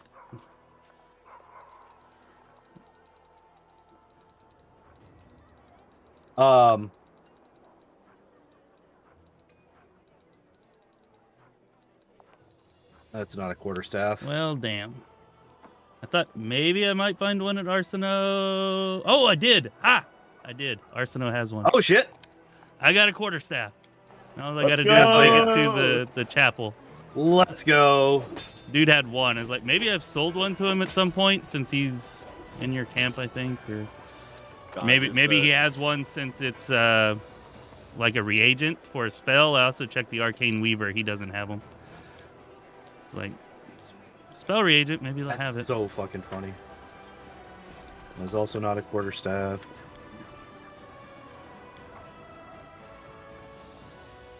First cultist battle in the shield maze has one, maybe?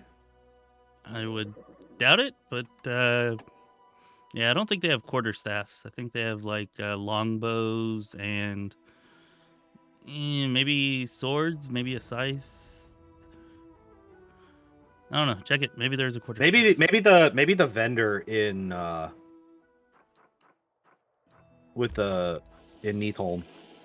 I mean, we'll if you have a save at like the inn,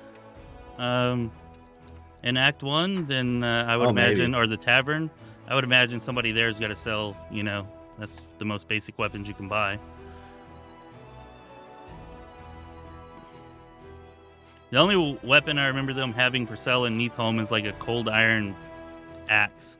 I'm sure they had other ones, but that's the only one I ever like purchased there, so that's the one that sticks out in my mind. It's cold iron great axe. Yeah, I'm gonna check it just in case. It still says I don't have a quarterstaff. What the heck? Do I? What the hell? Did I not buy it or something? Did you not? What the fuck? I swear I bought it. No Come quarterstaff. On. You're watching. Y'all saw me buy it, right? Nobody saw you buy it. All right. I'm just going to go into the shield maze, see if they are there. Yeah, I agree, Patrick. Summons kind of suck in this game anyways, which is why I expect this spell to be total crap. Listen. This is for science. We have to do this. So the other spells, Sunbeam. There are no other spells. Sunbeam and I think Creeping Doom. Yeah. Primal spell? Yeah, it is. Yes. That's a fun one. Yeah, I was gonna say that one's extremely powerful. I love Creeping Doom. Yeah. I like how I was about to alt tab to another thing to try and look at the spell list and not just check it in the game that I'm currently playing through. But yeah, most enemies have as tough of a time with, or even a tougher time with swarms than players do. So unless like they have some natural spell or attack that they use that can hurt swarms, like the creeping doom swarms, which I think you get like 4 of them, or maybe it's like 1d4 or something, is just you put it on an enemy and the enemy wastes every single turn trying to attack it. And so you've basically nullified them. And also probably the easiest way to defeat Playful Darkness that I've seen is just using those, because Playful Darkness can't hurt them. I've never actually done it, but I've seen other people do it. It's definitely one of my favorites. Anyway, then- I'm back. There were no quarterstaffs. And then Sunbeam, I mean, it's a line. It is affected by spell resistance, but if it does get hit, they are permanently blinded. So that's cool. Oh, you know what? I think I double-clicked it because I've been playing Rogue Trader too much, and I forgot to hit deal after I double-clicked it. I think that's what happened. Because it's still here. Oh.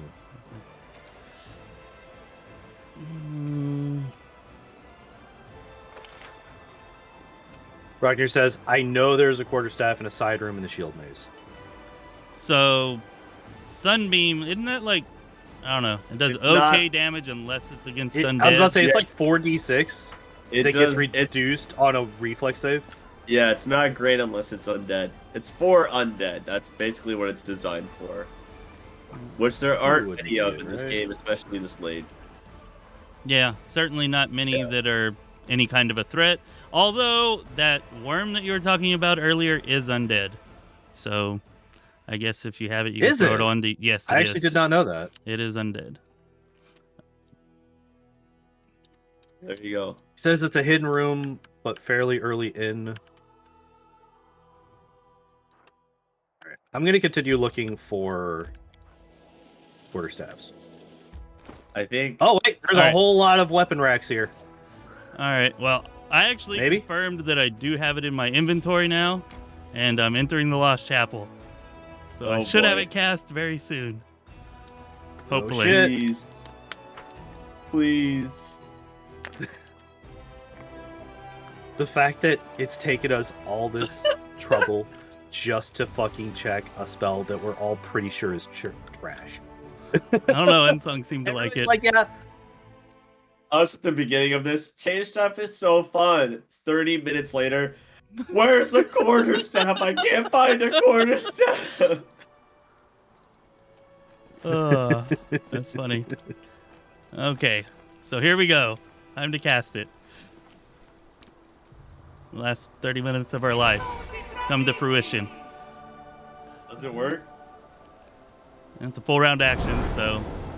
Alright, it did summon, like, yeah, an actual big-ass Trent, like the one that you find in front of that frickin' maze. Yeah. So it actually looks more badass than I expected. I wasn't expecting a full-on giant-ass Trent like that. I would hope That- so for a level 7 spell, right? That it lasts for an hour is cool, but some of them in this game just aren't very good, and I can't imagine it doing much.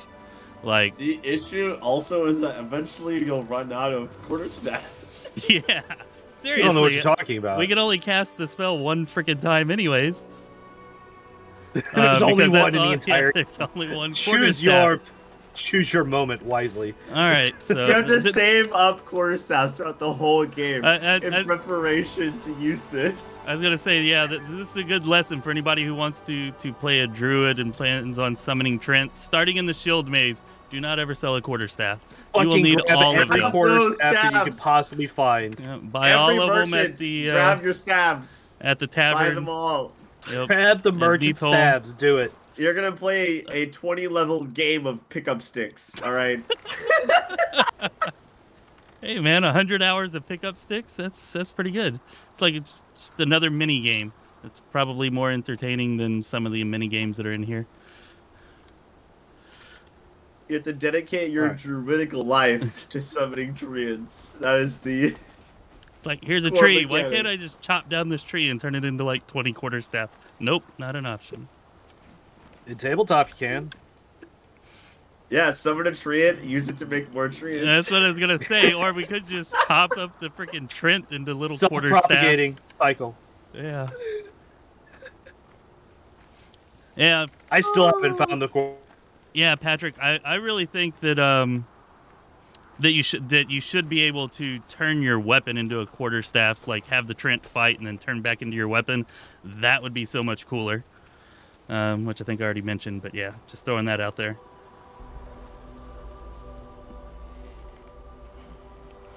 Did Just a not. level 1 I bear. forgot. Yeah, he's like a level 0 bear. Do you know where, Kristen? So Kristen says It's hilarious because he's large. He's a large creature. So like the size is going off of my character Yeah, level. exactly. I just forgot to level up the bear himself, so the bear's just still a little baby. But he's also, you know, huge. He's a big baby.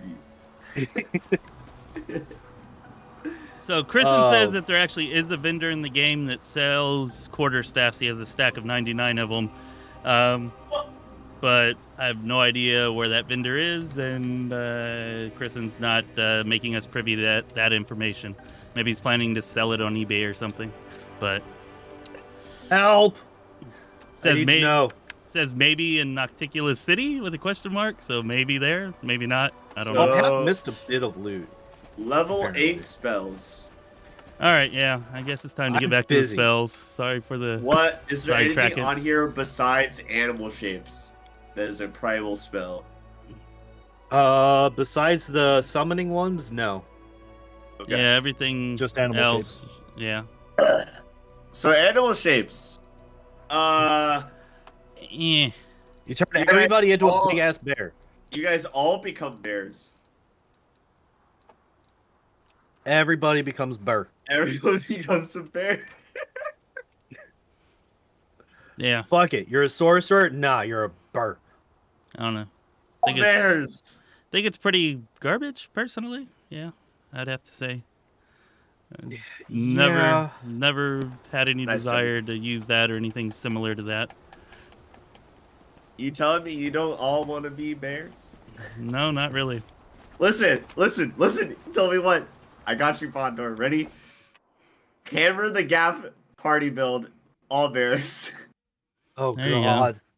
And then if natural Oh, rhythm God. stacks with it, No, you only have 3 attacks. You only have 3 attacks. That's only 3 damage. You've got natural rhythm, hammer the gap, party of bears, and you just all need to take outflank, and you're good to go. Oh, God. isn't there another one later on that lets you turn everybody like into a dragon or something? Like I don't a think later so. version of it? Yeah, Everyone maybe not. into a dragon. Maybe not. I mean, we only got 1 level left. I would do that if I could turn the whole party into dragons. Yes, absolutely would do that. I remember the days when they still had dragon form scrolls in Canabras. They're like 1,000 gold. You could buy one for each of the party members. Just have a party of dragons running through the city, just tearing apart every demon they come across. Oh crap! Alright. Good times. And then the developers were like, "Oh shit, we made a mistake." Level 9. Level 9. You get clashing rocks. They Isn't ignore that concealment. also- They ignore concealment because it's just throwing a rock in a straight line. Yeah. Rock doesn't give a Yeah, shit because if it's you're invisible. Oh, wait, it is a target creature. Weird. I thought it was just you pick a spot. I thought it was like a line with 2 circles at the end for like an AoE thing. But Yeah, maybe I'm yeah. wrong. Well, no, because they do damage to everybody Yeah. in the line there. Yeah. I thought so. I'm pretty sure Rilu uses it whenever you fight her, and yeah, it will like Yep. deal damage to other party Yeah, members she like does. as it's coming together that are in Yeah. the line of the rock. I don't think I'm not sure if the other effects for it count or not. We've also got shape change, which is Dragonkind 3, basically, which is cool. So Yeah. I like shape change. Oh, Yeah. did I What just else are you check gonna again? use the Jade for anyway? Yeah. So Money. Guess if you And want to be a then- dragon. Duh. I think the only other one here is Summon Elder Worm, Yeah. which admittedly Which- looks badass when you do it. Not a great spell, but it looks cool. Yeah, it looks really awesome, but it's a bit of a letdown whenever it just dies as soon as it's targeted and misses every attack that it has. But it does look really cool for sure. I feel like once again the like mid-level spells is the sweet spot here. Yeah, As per usual. So Yeah, the later spells Eh. aside from creeping, well, there are actually a lot of good later spells here, but none that are druid specific aside from like creeping doom. yeah. I just summoned the Elder Worm. I actually was not impressed by the summoning animation. It was just like a swirl of leaves, and then it was just there. Yeah, but it looks really worm. cool after it's there. It's a giant worm. I thought mean, it did. yeah, the design of the creature itself is cool. I thought you were talking specifically about the summoning animation, like as it came in. Yeah. Okay. I know watch that's this not a next. druid-only spell, but I love Elemental Swarm so much. It's so much fodder, and you only have to do it once, and it just keeps putting shit out. Yeah. Great. Definitely nice if you need some fodder, for sure. Oh, I actually didn't realize. Yeah, I've never really looked at this because I was like, oh, it's another summoning spell.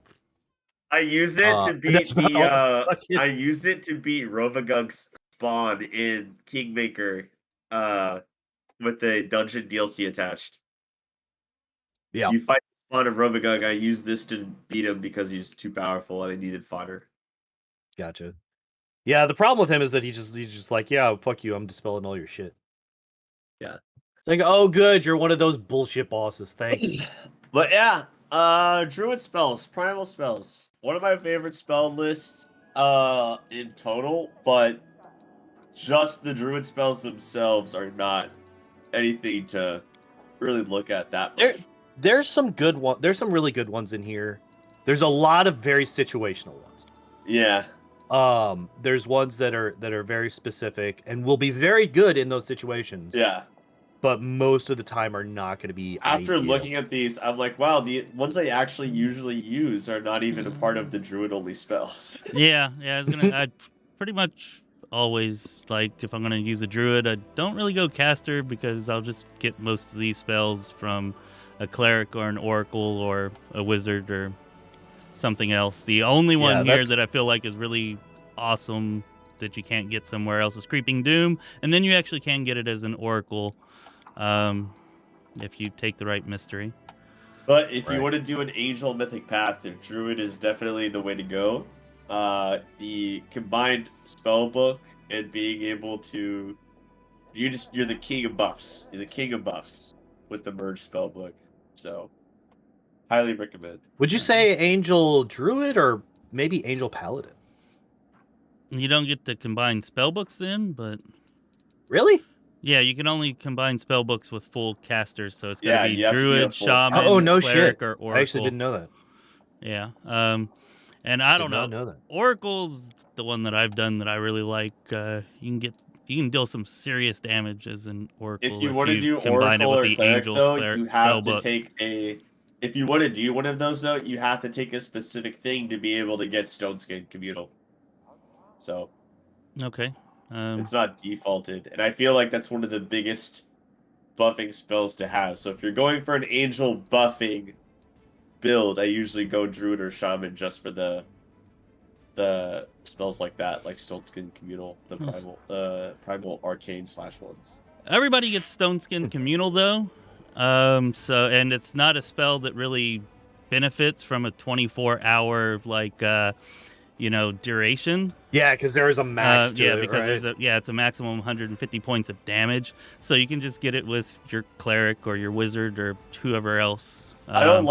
I guess I don't like having more than like one or two buffing people in the party. I mean, it's just the That's your one choice. spell, though. But yeah, Stone Skin Communal I don't feel like is a very big deal because it's pretty easy to pick up. Yep. All right. Do we want to check out Ranger now? Yeah, we were going to respec. There should only be like 4 or 5 spells there, maybe something. Can't imagine it being very many. Not too much, I don't think. Oh god, yeah. All right, Ranger. I mean, doesn't Arushale already? It's already here. She's a ranger with a ranger spell list. Does she have all the normal ones though? Yeah, If she's a high enough level, she should. Oh, The I don't think archetypes so. for rangers don't have like different spell lists. Oh, do they not? Okay. No. Well, I already made another one, so fuck you. But I'm actually curious to like what's considered ranger because I'm pretty sure I've seen hurricane bow and lead blades on arcane casters. So Yeah. That's why Yeah. before I was like, did Rangers actually get anything that's not on the other spell list? I don't see. I've seen sense They vital not? on arcane casters. I think instant Yeah. enemy, Chameleon? No, you can get chameleon Chameleon stride. I think that's it. Yeah. Yeah, just chameleon stride and instant enemy because the other ones are on like arcane casters. So Okay, so I guess we can cover those real quick, just in the interest of completing all the non-mythic Yeah, and then spells. I guess after that we just look at the meta magics. Yeah, I'm good with that if that's what y'all want to do. All right. We got about 45 minutes before I got to go, so that should be enough time. Okay. Oh. So which one are we covering first here? Chameleon Stride, I guess. Yeah. Yeah. Yeah, I feel like it's not really that good. I mean, I guess it does give you a bonus to stealth checks, so if you're trying to stealth around, then that can be good. And you do have concealment, so if you don't have another way to get concealment, then I guess that's kind of nice, although it is only from creatures that are at a range. Yeah. But mostly I feel like it's not something that you'll use very much, if at all. Right. I mean, if you it's do like probably of all the situational spells, it's probably the most. Oh, apparently lead what? I think we lost you there, lead Pondoor. blades. I just looked it up on the SRD. It is Ranger 1 and Metal Mystery. Those are the only two. They get it. Mage just gets lead blades, bro.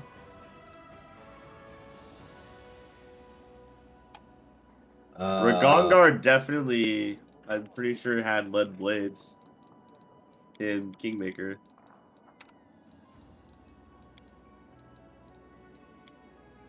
The level 1 could've spell, right? Yeah. I could have sworn he had it. I'm literally looking at the SRD. It says Ranger 1 I and use Metal it Mystery. all the time. Maybe they changed it for the Paizo games, but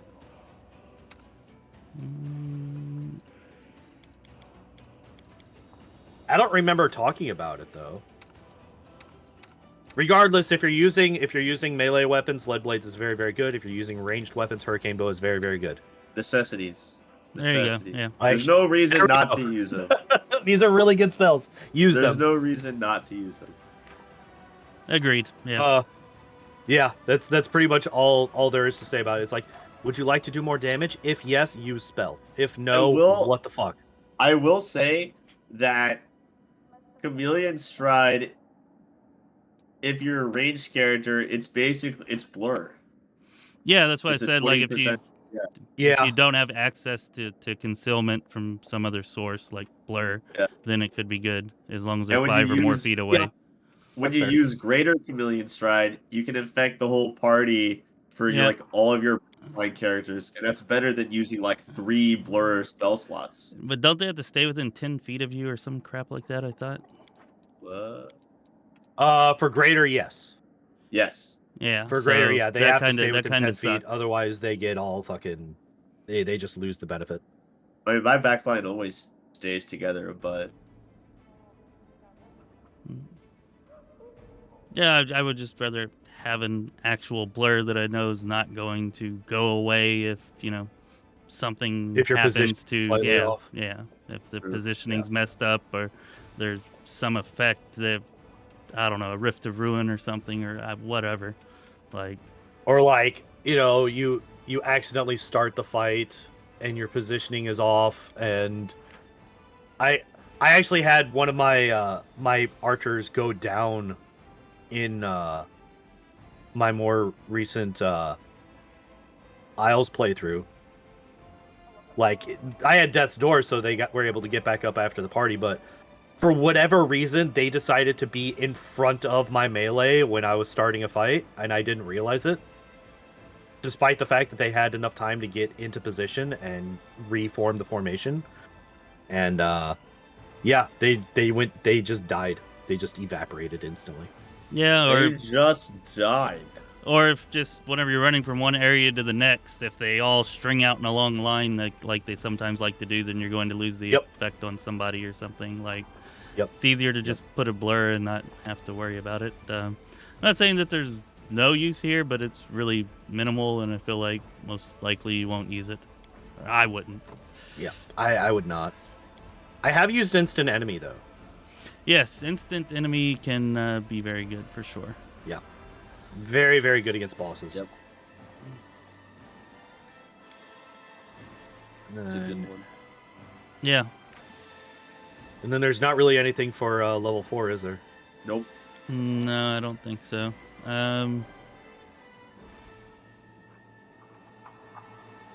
Yeah. No, all of these are things that we've gone over in the past. Yep. So, I mean... Animal growth, still very, very good. Use it. Yeah. Freedom of movement is still very, very good. Use that. Yep. I would say, especially for you, Pondoor, with you playing in the Treasure of the Midnight Isles, I definitely highly suggest you put that on everybody. Yeah, because there will be points in there where you will almost definitely wipe if you don't have that. So, just a tip to throw out there to you. No, I will now not use it because you spoiled something. Okay, sorry. I actually did that when I was playing through Kingmaker. Somebody's like, you should really get blind fight. And I was like, because you told me that, I'm not gonna. And then I regretted everything. Yep. All right. I guess that'll make me responsible for your next wipe then, most likely. So I apologize for that I in haven't advance. run into anything yet that's been super bad about CCs and slows and stuff like that. I think I had one person do something that fucked with me. So I'll just say some enemies later use Paralyze. That's all I'll say. All right, sorry for ruining it. We're gonna talk about meta magic. Oh, meta magic. I guess I need to go level up. And... Yeah, I was gonna say I'm gonna need to level up a person. You can actually, I mean, if you didn't level up your created character's mythic levels, you can just go in and find a mythic feat and then look at the list of meta magic feats from there. All right. I will do it your way then. Party. Also, if anyone's wondering, I have a video for meta magic stuff out on my YouTube channel that you can check out where I discuss meta magic things. All right, do it. If you want to know about meta magic, go check out his video. What the different feats are. So if you want extra info, I am sure something I said in there is wrong, just like most of my videos, but it's okay. I don't have a script. Yeah. I don't pre-write scripts. I just go out of my gut because scripts are boring and robotic. Well, I mean, most of the fun is probably be correcting you on that. So don't miss out on the fun, guys. Go watch the video. Teach me something. Oh, there's some meta magics. Okay. Meta magic. All right. So, first off, is bolster. Bolster. Okay. Feel like that's pretty good early on. Definitely falls off later on. Yeah. But yeah. Deal extra area of effect damage while making them stronger. Spells now deal 2 more. I have not read. I've not gone through a lot of these in a while, so I just need to refresh myself. I mean, why do you guys say it falls off later on? Just because 2 more damage per dice, I feel like just doesn't scale as well. Like in the beginning, you know, you can cast things that deal 3d6 or 5d6, and the extra damage you get from that, I feel like, is more than later on whenever you cast a 15d6. And sure, it's more damage, but I feel like the health point totals of the enemies are like have a higher percentage of inflation by that time. so that's why I think it falls off. Yeah, I would rather use It's- like height. it's a I would pretty rather s- use like heightened or Em- power empowered. maximize. Yeah. Yeah. Those Uh, also do come with a higher level cost, though. Yeah, that's true. Yep. And if you're looking to, I guess, absolutely deal the most damage possible with your spells, then you can include bolster in that. Yeah, because if you get favorite meta magic bolstered, you get this for free. So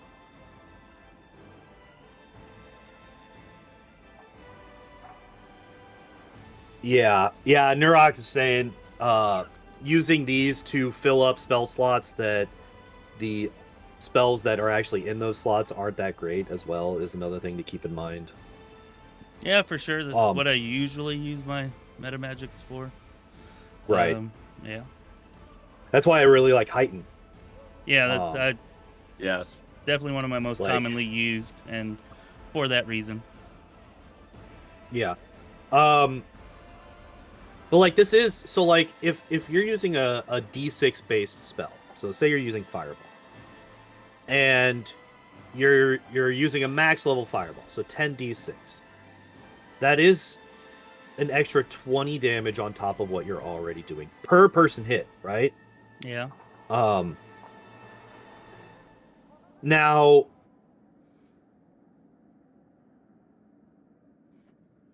so one thing that I want to clear up, because I've never used bolster before. I only am just reading this and just going off of what I'm reading.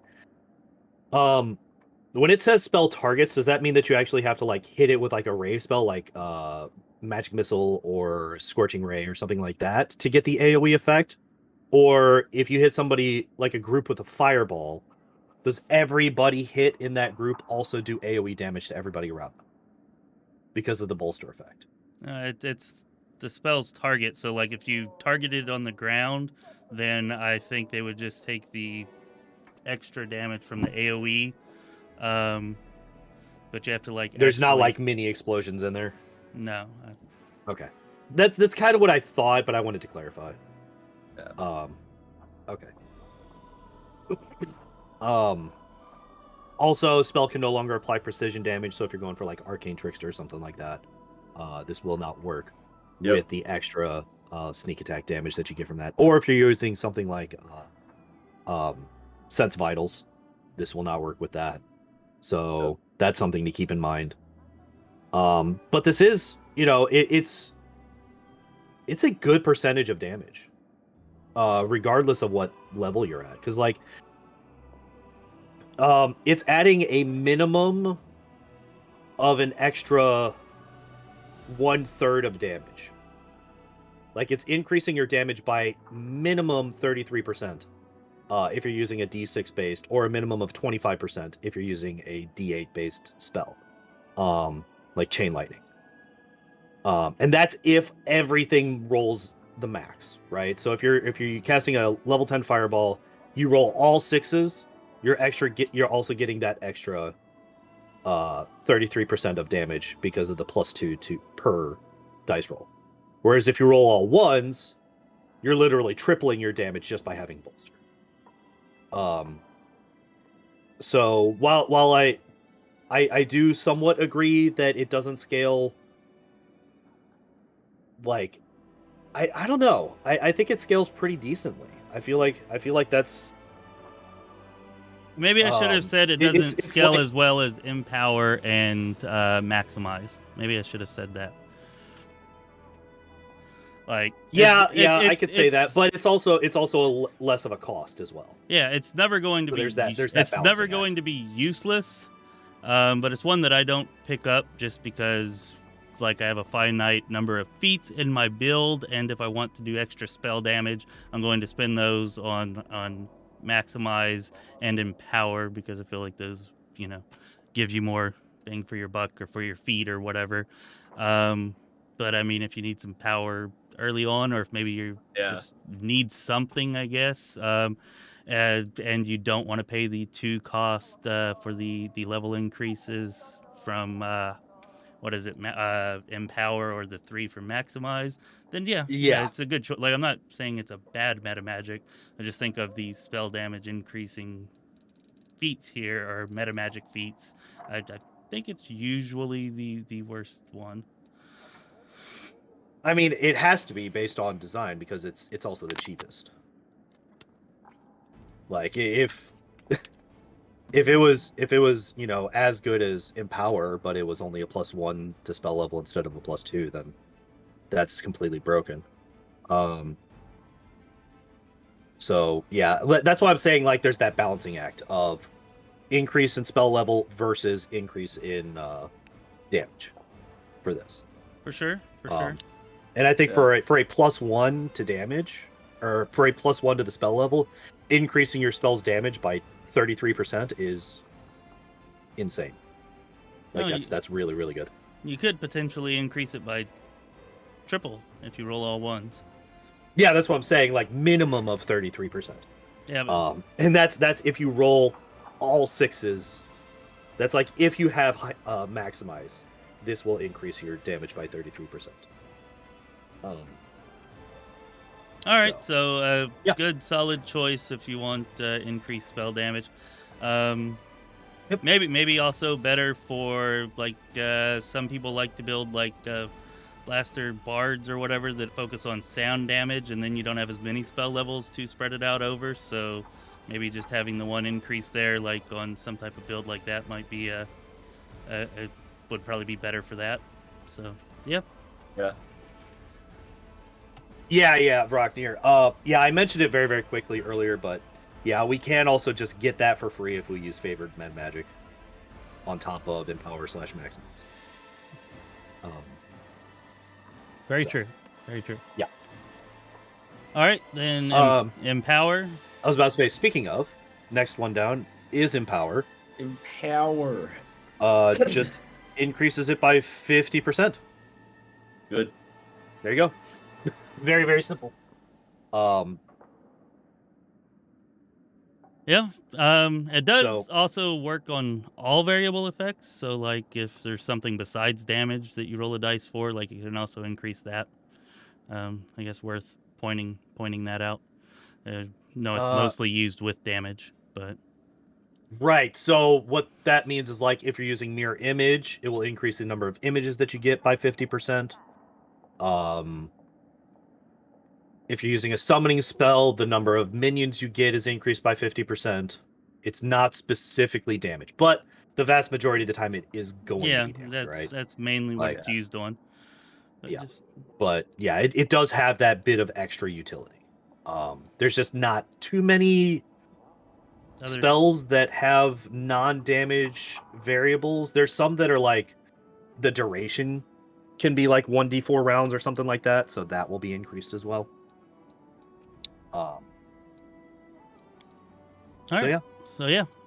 Empower. All right. Definitely a good choice, especially for your damage dealing casters, I think. Yeah. Yep. All right. Extend spell. Anybody? I mean, if I didn't have a mythic paths to have other ways to extend my spell's duration, then sure. I mean, it's only one level, so... There's a way to use extend spell to get rounds per level spells to hit the cap, isn't there? I was about to point that out. If you have a combined spell book, with either the Lich or the Angel, then you can, with extend spell, you can get your rounds per level spells to last 24 hours. So I'd say that's really probably like the best use case for it. I wouldn't really use it outside of that. But if I was playing like an Angel or a Lich, especially the buffing Angel that you were talking about earlier, I would definitely pick it up, because then all of your buff spells, no matter what, going to be 24 hours. Yeah. 24-hour haste, baby. Yep. 24-hour sense vitals. Oof. Yeah. So this, it's not great, except for in very situational bits. But in that situation, it's insanely strong. I agree. Yeah, I wouldn't really take it unless I was doing the combined spellbook thing. But in that situation, I would say it's almost a must, and a must unless you just, for whatever reason, don't really plan on Actually, buffing. speaking But you of, should. Hirok just mentioned you could do that with gear now thanks to Robe of the Seven Sins. Oh, really? Apparently that also increases your caster level, I assume. I would I've not looked at that item. so. Yeah, I've not seen that item either. So yeah, that So is I a thing. guess if you're planning on picking up Robe of the Seven Sins or combining your spell books, then you should definitely get Extend Spell if you're playing a full caster. Yep. He says it increases it by 3. Spell level by 3 So- because you have to increase it, I believe, by 5 before you can get the Right, but you can get spell 24-hour. specialization, which we'll get at another 2. Another 2. So that'll get it Okay. up to 25. Yeah, with spell specialization. So there is a way to do it without combining spells, which, that is that opens up your mythic path. So yeah, that's pretty good. There you go. Yeah, it's pretty nice. Ninio, pick up just take that build for her and get 24-hour haste for everybody and all your other spells and buffs too. Cool. Yeah. He also mentioned that there are like staves and stuff that it will also increase things by for specific schools. I think there's one that you can get in Dresden that increases your evocation by 2, I think. I believe I used to pick it up for Ember, if I'm not mistaken. But yeah. Cool. All right. So Heighten Spell, probably my favorite of all the meta magics personally. I really like Heighten Spell a lot just because I like building DC casters, and this is the only meta magic that will actually increase your DCs. So if you're building a DC-based caster, then highly recommend Heighten Spell. It can also be good for just filling in spell slots at certain levels where maybe you don't have other useful things. But I think its best use case is definitely for DC casting. Back in one of the older Kingmaker speedrun routes, I used Heighten Spell like a lot. Used it to help maximize the spell level of Baleful Polymorph, to boost up the save DC as much as possible. Used it to just basically fill Octavia's spellbook with fucking controlled fireballs, so I could just spam those for days. Yeah, it's hugely helpful. Yeah, very nice. Oh, go ahead. Oh, I was just gonna start repeating myself. I realized. So go ahead. I was gonna say it's also worth noting that increasing the spell level also increases the spell penetration of the spell. Yep.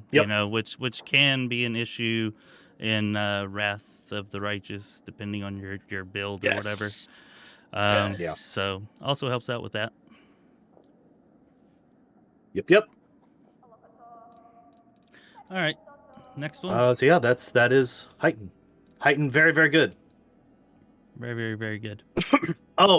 We should probably also mention what exactly the level boost is. Empower is +2. Yeah. Bolster, we mentioned, is only a +1. Extend is only a +1. And then Heighten can be whatever the fuck you want it to be. From +1 to +8, I assume, if you want to bring a level 1 spell all the way up to level 9. And then Maximize here is our first +3. Yep. So yeah. Yeah, it's pretty powerful.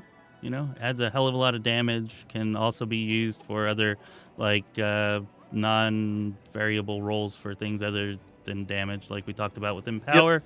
+3 level increase is pretty big. If I was going to use this, I'd almost certainly take the favored meta magic. That +3 is pretty rough to bring it down.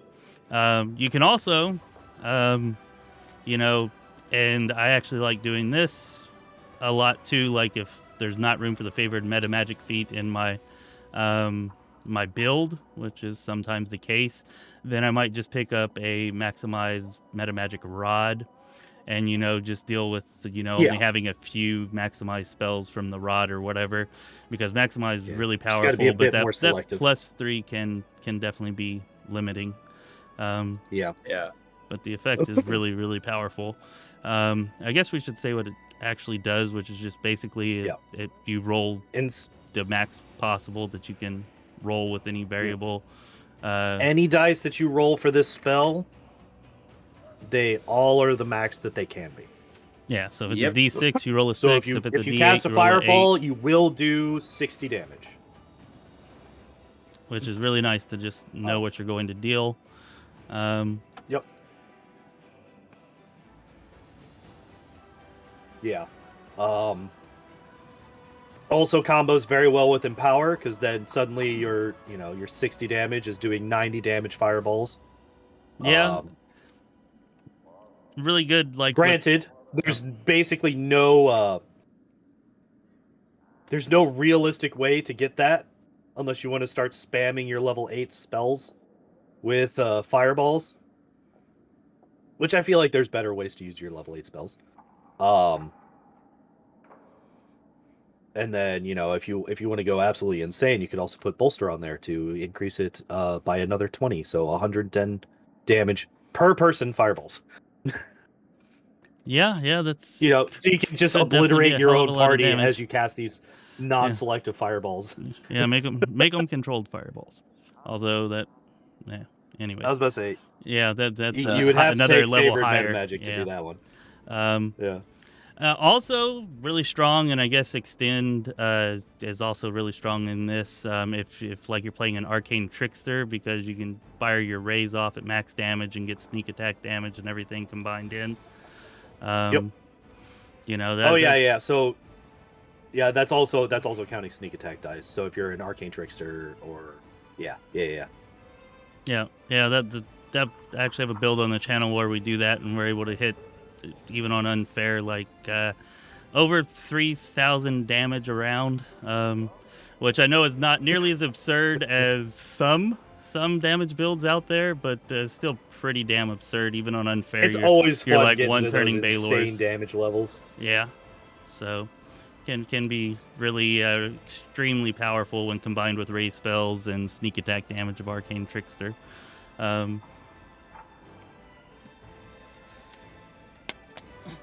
yeah, right. You want to do the next one, Unsung? Anything else to say about Maximize?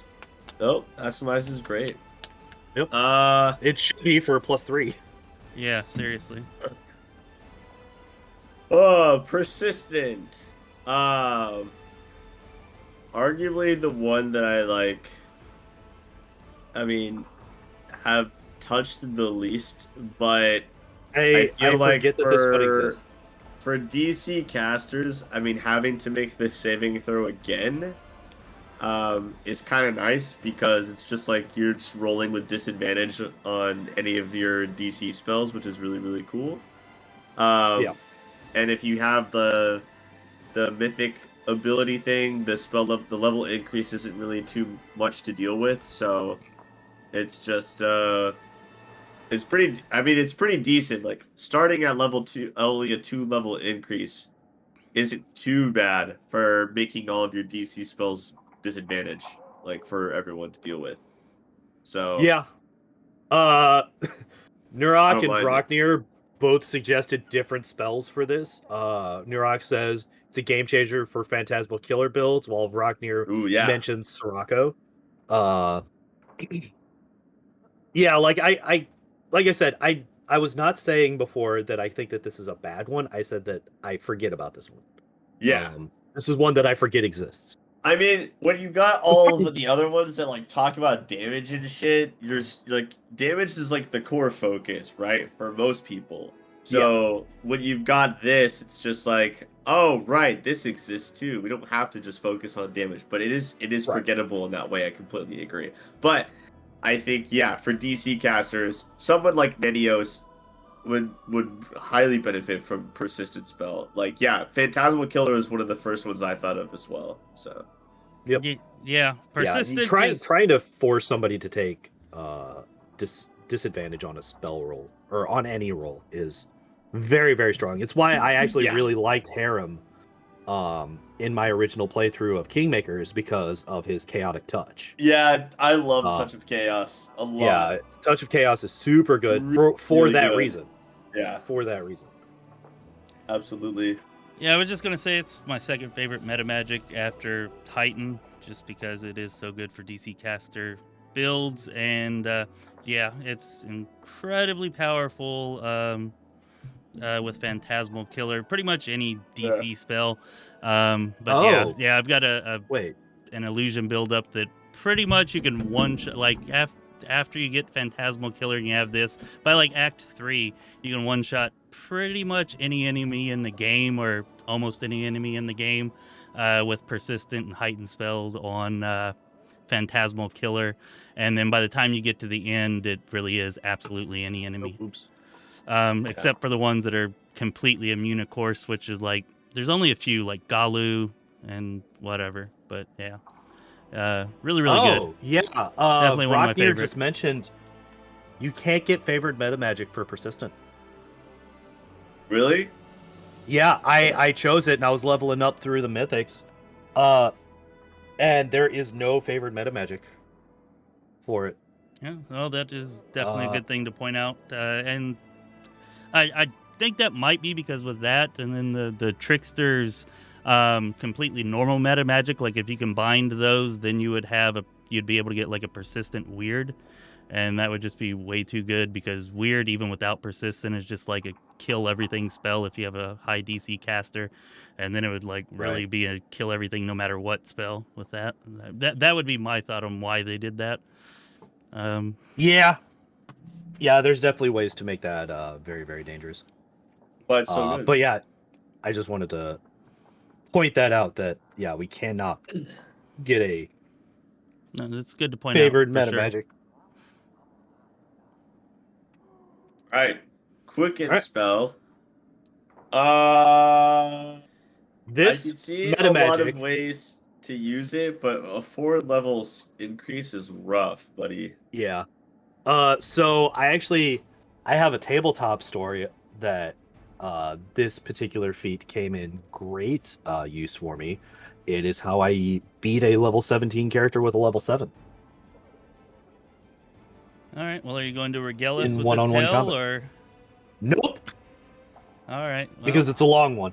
all right. Well, there you go. If you want to know about that, go up to Pondoor's next stream and ask him about it. Yeah, I got no problem telling the story. It's just there's a lot of build up to it. Yeah. And I don't want to get into all of that right now. No sweat. All right. Yeah. Understood. For me, I think Quicken is the coolest and most awesome meta magic effect, but a +4 level increase is just too much. Grab your Quicken meta magic wands and quicken your spells that way, because a +4 increase is just too damn much. But the effect Agreed. is amazing, absolutely Now, amazing. So just use the a one rod. thing that I'm not a huge fan of for quicken spells is, at least in Kingmaker, because I just haven't done it since I tried it in Kingmaker and I kept getting this result. If I were to just leave my characters on their automatic, like their auto cast or whatever, they would cast the quicken version of the spell and then they would just run into melee and punch people. Oh, really? So I was like, fuck it, I'm never using swift action spells again, and I just never used Quicken since then. Because I didn't want to have to sit there and fucking micromanage them There you that go. hard. Good point. Yeah, some extra micromanagement required. If you're playing a summoning build, grab Quicken meta magic rods, because you will quicken To spell hell with those that full fucking round summons. spellcast nonsense.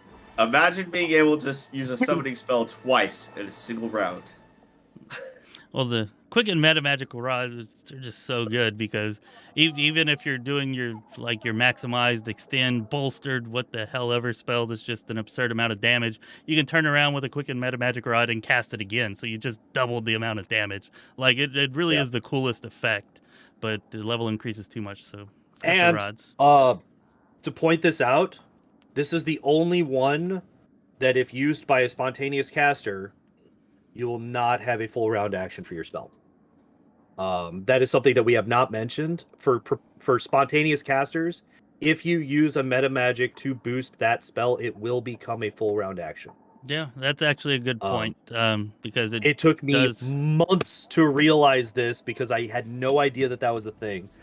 I was using a sorcerer as my main character, and then Octavia in the Kingmaker speedruns, and I was like, why is my character never getting his spell off in any of these fights? Why is the fight ending before my guy ever gets a spell cast? And I would look and I would watch him, and it would like start. It's like the fucking like little circle above his head to figure out when the hell he's gonna actually move. And it's like, why is this spell cast taking so long? And I had no idea. And this went on for months before somebody in chat finally was like, hey, did you know? And I was like, no, I did not know. Fuck. Yeah, So, I had a similar issue, and it took me a while to realize it as well. So yeah, good thing that you remembered that, because it is definitely a detriment to spontaneous casters. However, I will say that if you play in turn-based, like, you almost don't notice it at all if you play in turn-based. But in real time with pause, if you're gonna play in turn-based, it really is a significant detriment in real time with pause. Yeah, I feel like that's probably one of the biggest differences between the two, is just how much more detrimental full round actions are to standard in real time versus turn-based. Yeah, you're probably right. Yep. So yeah, there's that one. Can we all agree that Reach is the worst, or does somebody actually like it? It's stupid. Yeah, it's terrible. I hate it. I hope it dies. Horrible. Gross. I mean, okay, wait. Touch to close. I was going to say touch to close is an okay effect. So like that is an okay effect, but I still feel like this is pretty trash. Like whatever. Touch to close is still too close for me, buddy. Yeah, I agree. That's 25. I would that's still 25, rather. Isn't it? No, I don't think so. I thought close was. Damn it! Now I got to go look. I'm pretty sure long is like 30, so close is like 10 or I don't know. Let me go look. I might be thinking of tabletop. Yeah, the ranges are definitely much shorter because here they're than in the definitely different. Yeah, tabletop. there's no 400-foot spell ranges in this game. Yeah. Imagine if Dimension Door actually had the long range from tabletop in this game. It's just, I just started Dresden and I just teleport to the very end.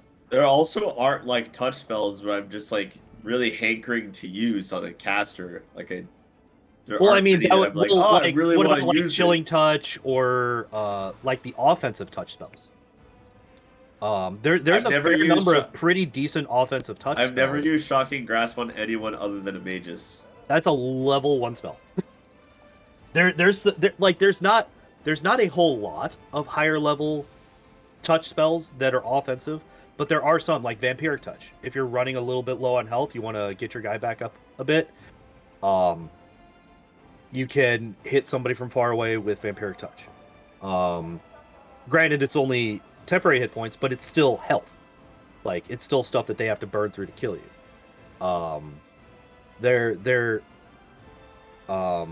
For healing, obviously that's not as big a deal in Wrath, and we are talking primarily about Wrath, but if you're playing Kingmaker or something like that, there is no way to extend the range of your heals past touch except for reach spells. So if, for whatever reason, you need to heal your frontliner a large chunk of damage that Channel Positive Energy just isn't going to do, and you want to hit him with like a heal critical or something like that, then a reach heal could be useful.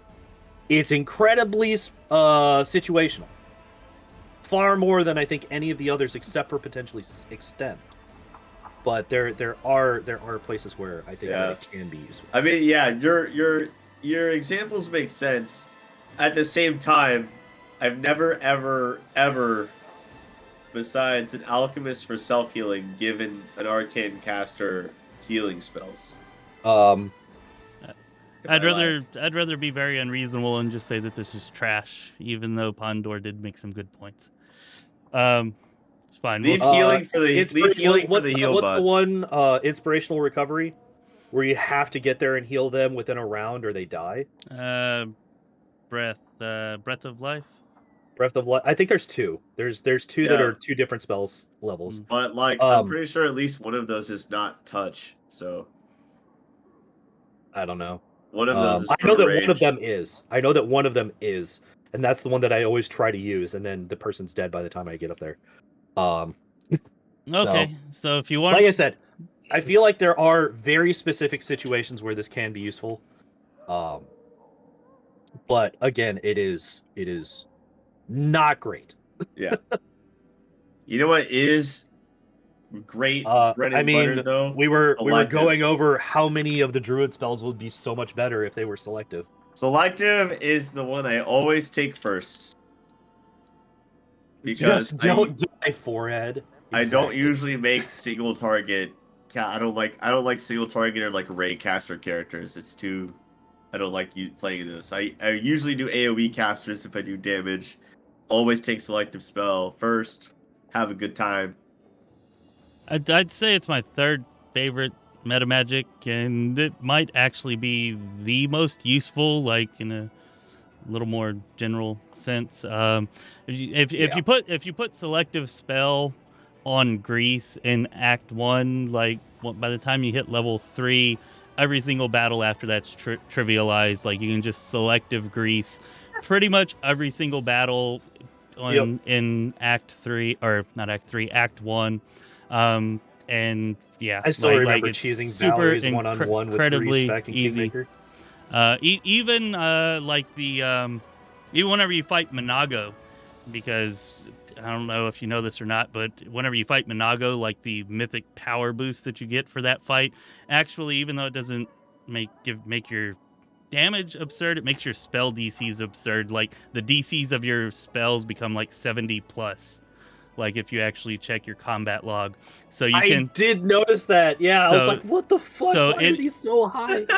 any type of crowd control you use in that, like unless they're immune to it, which unfortunately there's Varoks there which are immune to Grease, but it's going to work. Is basically, so being able to selectively, Anyways, it's really powerful. That's why you just use hideous laughter. It actually stays surprisingly powerful even like into like Acts 3 and 4, even if you aren't going for like a super DC based caster. You can just throw it out there as a level 2 spell and still a good amount of time, like it'll affect the enemies for at least a round or two. So selective is really, really good. Yep. Imagine selective persistent Grease. Yeah. Selective persistent, and then there's DC things caster. like selective cloud kill, For like Kingmaker, cloud kill maybe. less of an issue less of a thing in Wrath than in Kingmaker because of the fort saves that things have in this game. I mean, who needs selective cloud kill when you've got delay poison communal? Is that considered a poison effect? Which one am I thinking of that's not a poison? Yeah. Oh, I'm thinking of Mind Fog. Mind Fog is the one that we were talking about last time. You gotta have that life was not bubble. a poison effect. Yeah. Life bubble. There is no life bubble mass though. Single or target. Yeah. Communal. Isn't it? Yeah, it is. We talked about that last time. All right. Selective spell, very, very useful. Very, very Yep. Yeah, you should probably have it on just good. It's most any crowd control caster you're using or making. Yep. All right, so I guess that's about it. I mean, we could also... I'll just mention real quick since we don't have any way of pulling it up. There is also the completely normal meta magic, which you can only get as a trickster, which actually decreases the spell level of the spell. And if you do get that with a trickster, it's like... that is extremely powerful because then you can just like double the number of weirds that you have or any level 9 spell, because you can just put that on it and you can fill your level 8 spell slots with it as well. And obviously just reducing any spell by its level or whatever allows you to have more of them. So that one's really, really good as well. Like if you're playing a trickster, I highly recommend it unless you have like no offensive spellcasters in your party at all. Right. Yeah, completely normal spell is kind of insane. Yeah. Like so many of the tricksters for good reason. feats. Like it's a mythic thing. They're supposed to be insane. Yeah. But Yeah, it's kind of crazy. Yeah, Trickster gets a lot of those that are just freaking nuts. But anyways. Yep. All right, so I think that about wraps things up, right, guys? Yeah. Yep. Yep. Thank you to everyone for coming. I'm UnsungNPC. I'm streaming Baldur's Gate 2 Throne of Ball DLC. I'm streaming Wildermyth in the mornings. We do the streamer show here. And, Nope. Hey guys, you know, it's 9 o'clock. My alarm's going. the end of next month, we should be able to be starting our Pathfinder 2nd Edition campaign, which I am DMing. So Nice. that's gonna be fun. Oh, damn, we gotta wait till the see. end of the month? I Damn. mean, we're doing the practice in the beginning of the month, Okay. and then the music's gonna be ready by the 2nd or 3rd week of February. So after that. Okay. All right, sorry. Yeah, no, I mean, that's fine. I'm Yeah. excited to play. That's What can I fine. say? I mean, it just sucks, but it's fine. Yeah. it's always fun. All right. Sorry I cut you off there. Oh, that was it. I'm good. You want to go, Pondoor, since you got to go? Yeah. Hey, I'm Pondoor. I normally speedrun Kingmaker. I'm taking a bit, as I mentioned at the beginning, I'm taking a bit of a break from it at the moment. Currently playing through the Midnight Isles for the first time ever. I am in the midst of my second trip through. Yeah, I do that on Tuesday and Wednesday.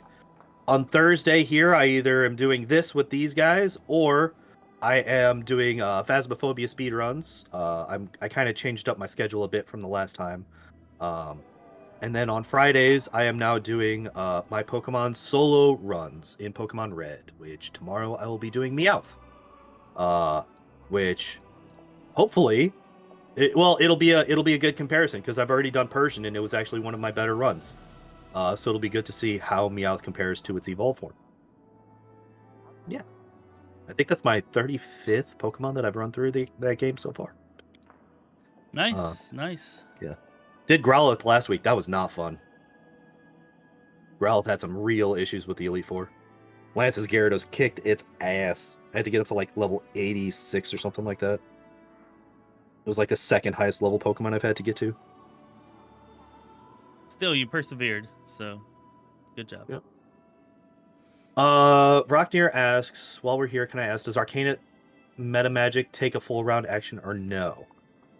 I don't know much about the Arcanus class specifically, but if it is a spontaneous caster, unless it has a specific class ability that negates it, it would take a full round action. It's prepared and spontaneous. You prepare your spells, but you cast them spontaneously. So that's something we'll have to test out. Yeah. That would be something that we would have to check. Yeah, because you prepare which different spells you want. I But you would can cast any of those. I would But you think, can cast any of the ones that you have prepared as many times as you have spell slots. Yeah. Okay. I would think that it's still a full round, but that's something we'd really need to test out because you not something I have tested. You can't slot like specific metamagic spells in each slot. You have to like one slot is for Fireball, one slot is for whatever else, and then you can just cast them. You can use all of your actual spontaneous slots for Fireball if you want, but when you're in your prepared spells, it's very confusing. Yeah, it's a limited. So like you have the full spell book, but you choose the ones that you actually have available per day. It's like it's like any of those spells any number of times, up to your spell limit. It's like if a sorcerer could just like learn as many spells as a wizard. Right. Yeah. So, anyways, Yeah, something so we'd have to something that'll test, take some but testing. I'm pretty sure that it would probably be full round. That's my initial instinct on that. Yeah. But I don't know. All right, I'm Chris with Lore Spire. Currently, we've been recently streaming Colony Ship, which is actually a pretty cool game, kind of like an old school CRPG throwback. Had some issues with the save files, so I think we might be moving on to Encased this weekend.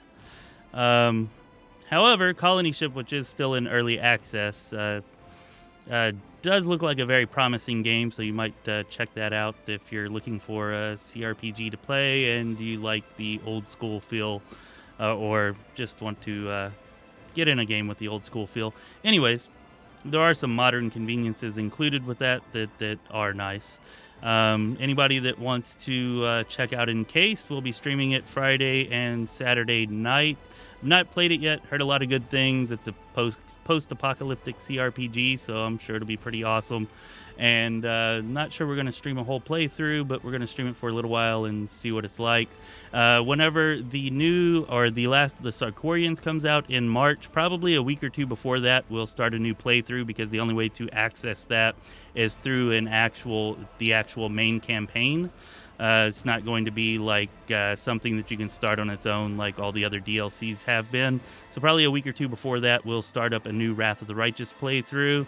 And then whenever the last of the Sarkorians releases, we're going to be playing that, and that looks like it's going to be awesome. That's something that we've actually been talking about and hoping they would release.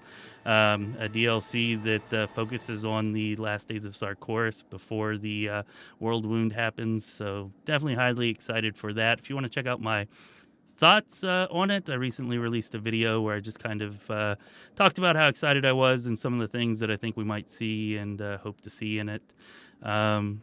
It also includes a new shifter class, so if you're interested in that, I'm probably going to be doing a video on it here before too much longer.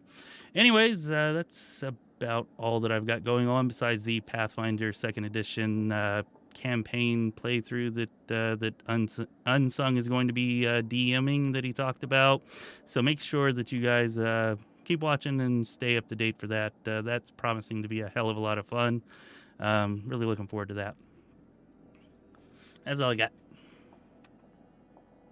I am currently working on getting an Arcanist built so that we can test this real quick. So if we want to just hold off, I will have that set up. And I do have to go, but okay. All right. I enjoyed the primal spells very, very much. All right. Now. So I will catch you guys next time. See you later. See you next time, Unsung. Catch you later.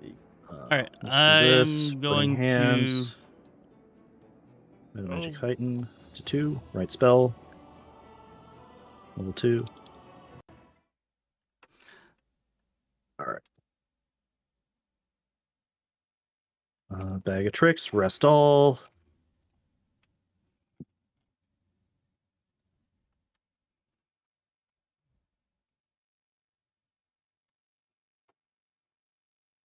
It is not. It is not full round. Oh, Interesting. Yeah? Nice. Yeah. So it will not.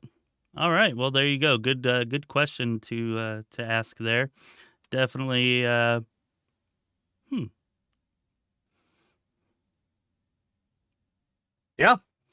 Nice. Who knew? So maybe there's some some room for abusability there. Then something I might have to look at. Although you do have to slot the actual meta magic spell, so if you wanted access to the actual spell, like they'd have to be slotted separately. Maybe that's why they do it like that. Yeah, so you would just have to. Yeah, so I just boosted Burning Hands up to level 2. Also, apparently they actually take some meta magics in the Arcanist auto build. I don't know if that's part of the class or something, but yeah, they got Empower and Quicken as part of their auto build. Nice. All right. Well, that's actually good to know. That's good. There you go. So thanks for learning us something. Yeah. Yep. That's what I like to do. But sure. All right, I gotta go. Thank you. All right. Yep. I guess we're all going. Thanks everybody for showing up and hanging out, and we'll see you next time. Yeah. Bye. This has been Chris with Lore Spire. Be well, my friends.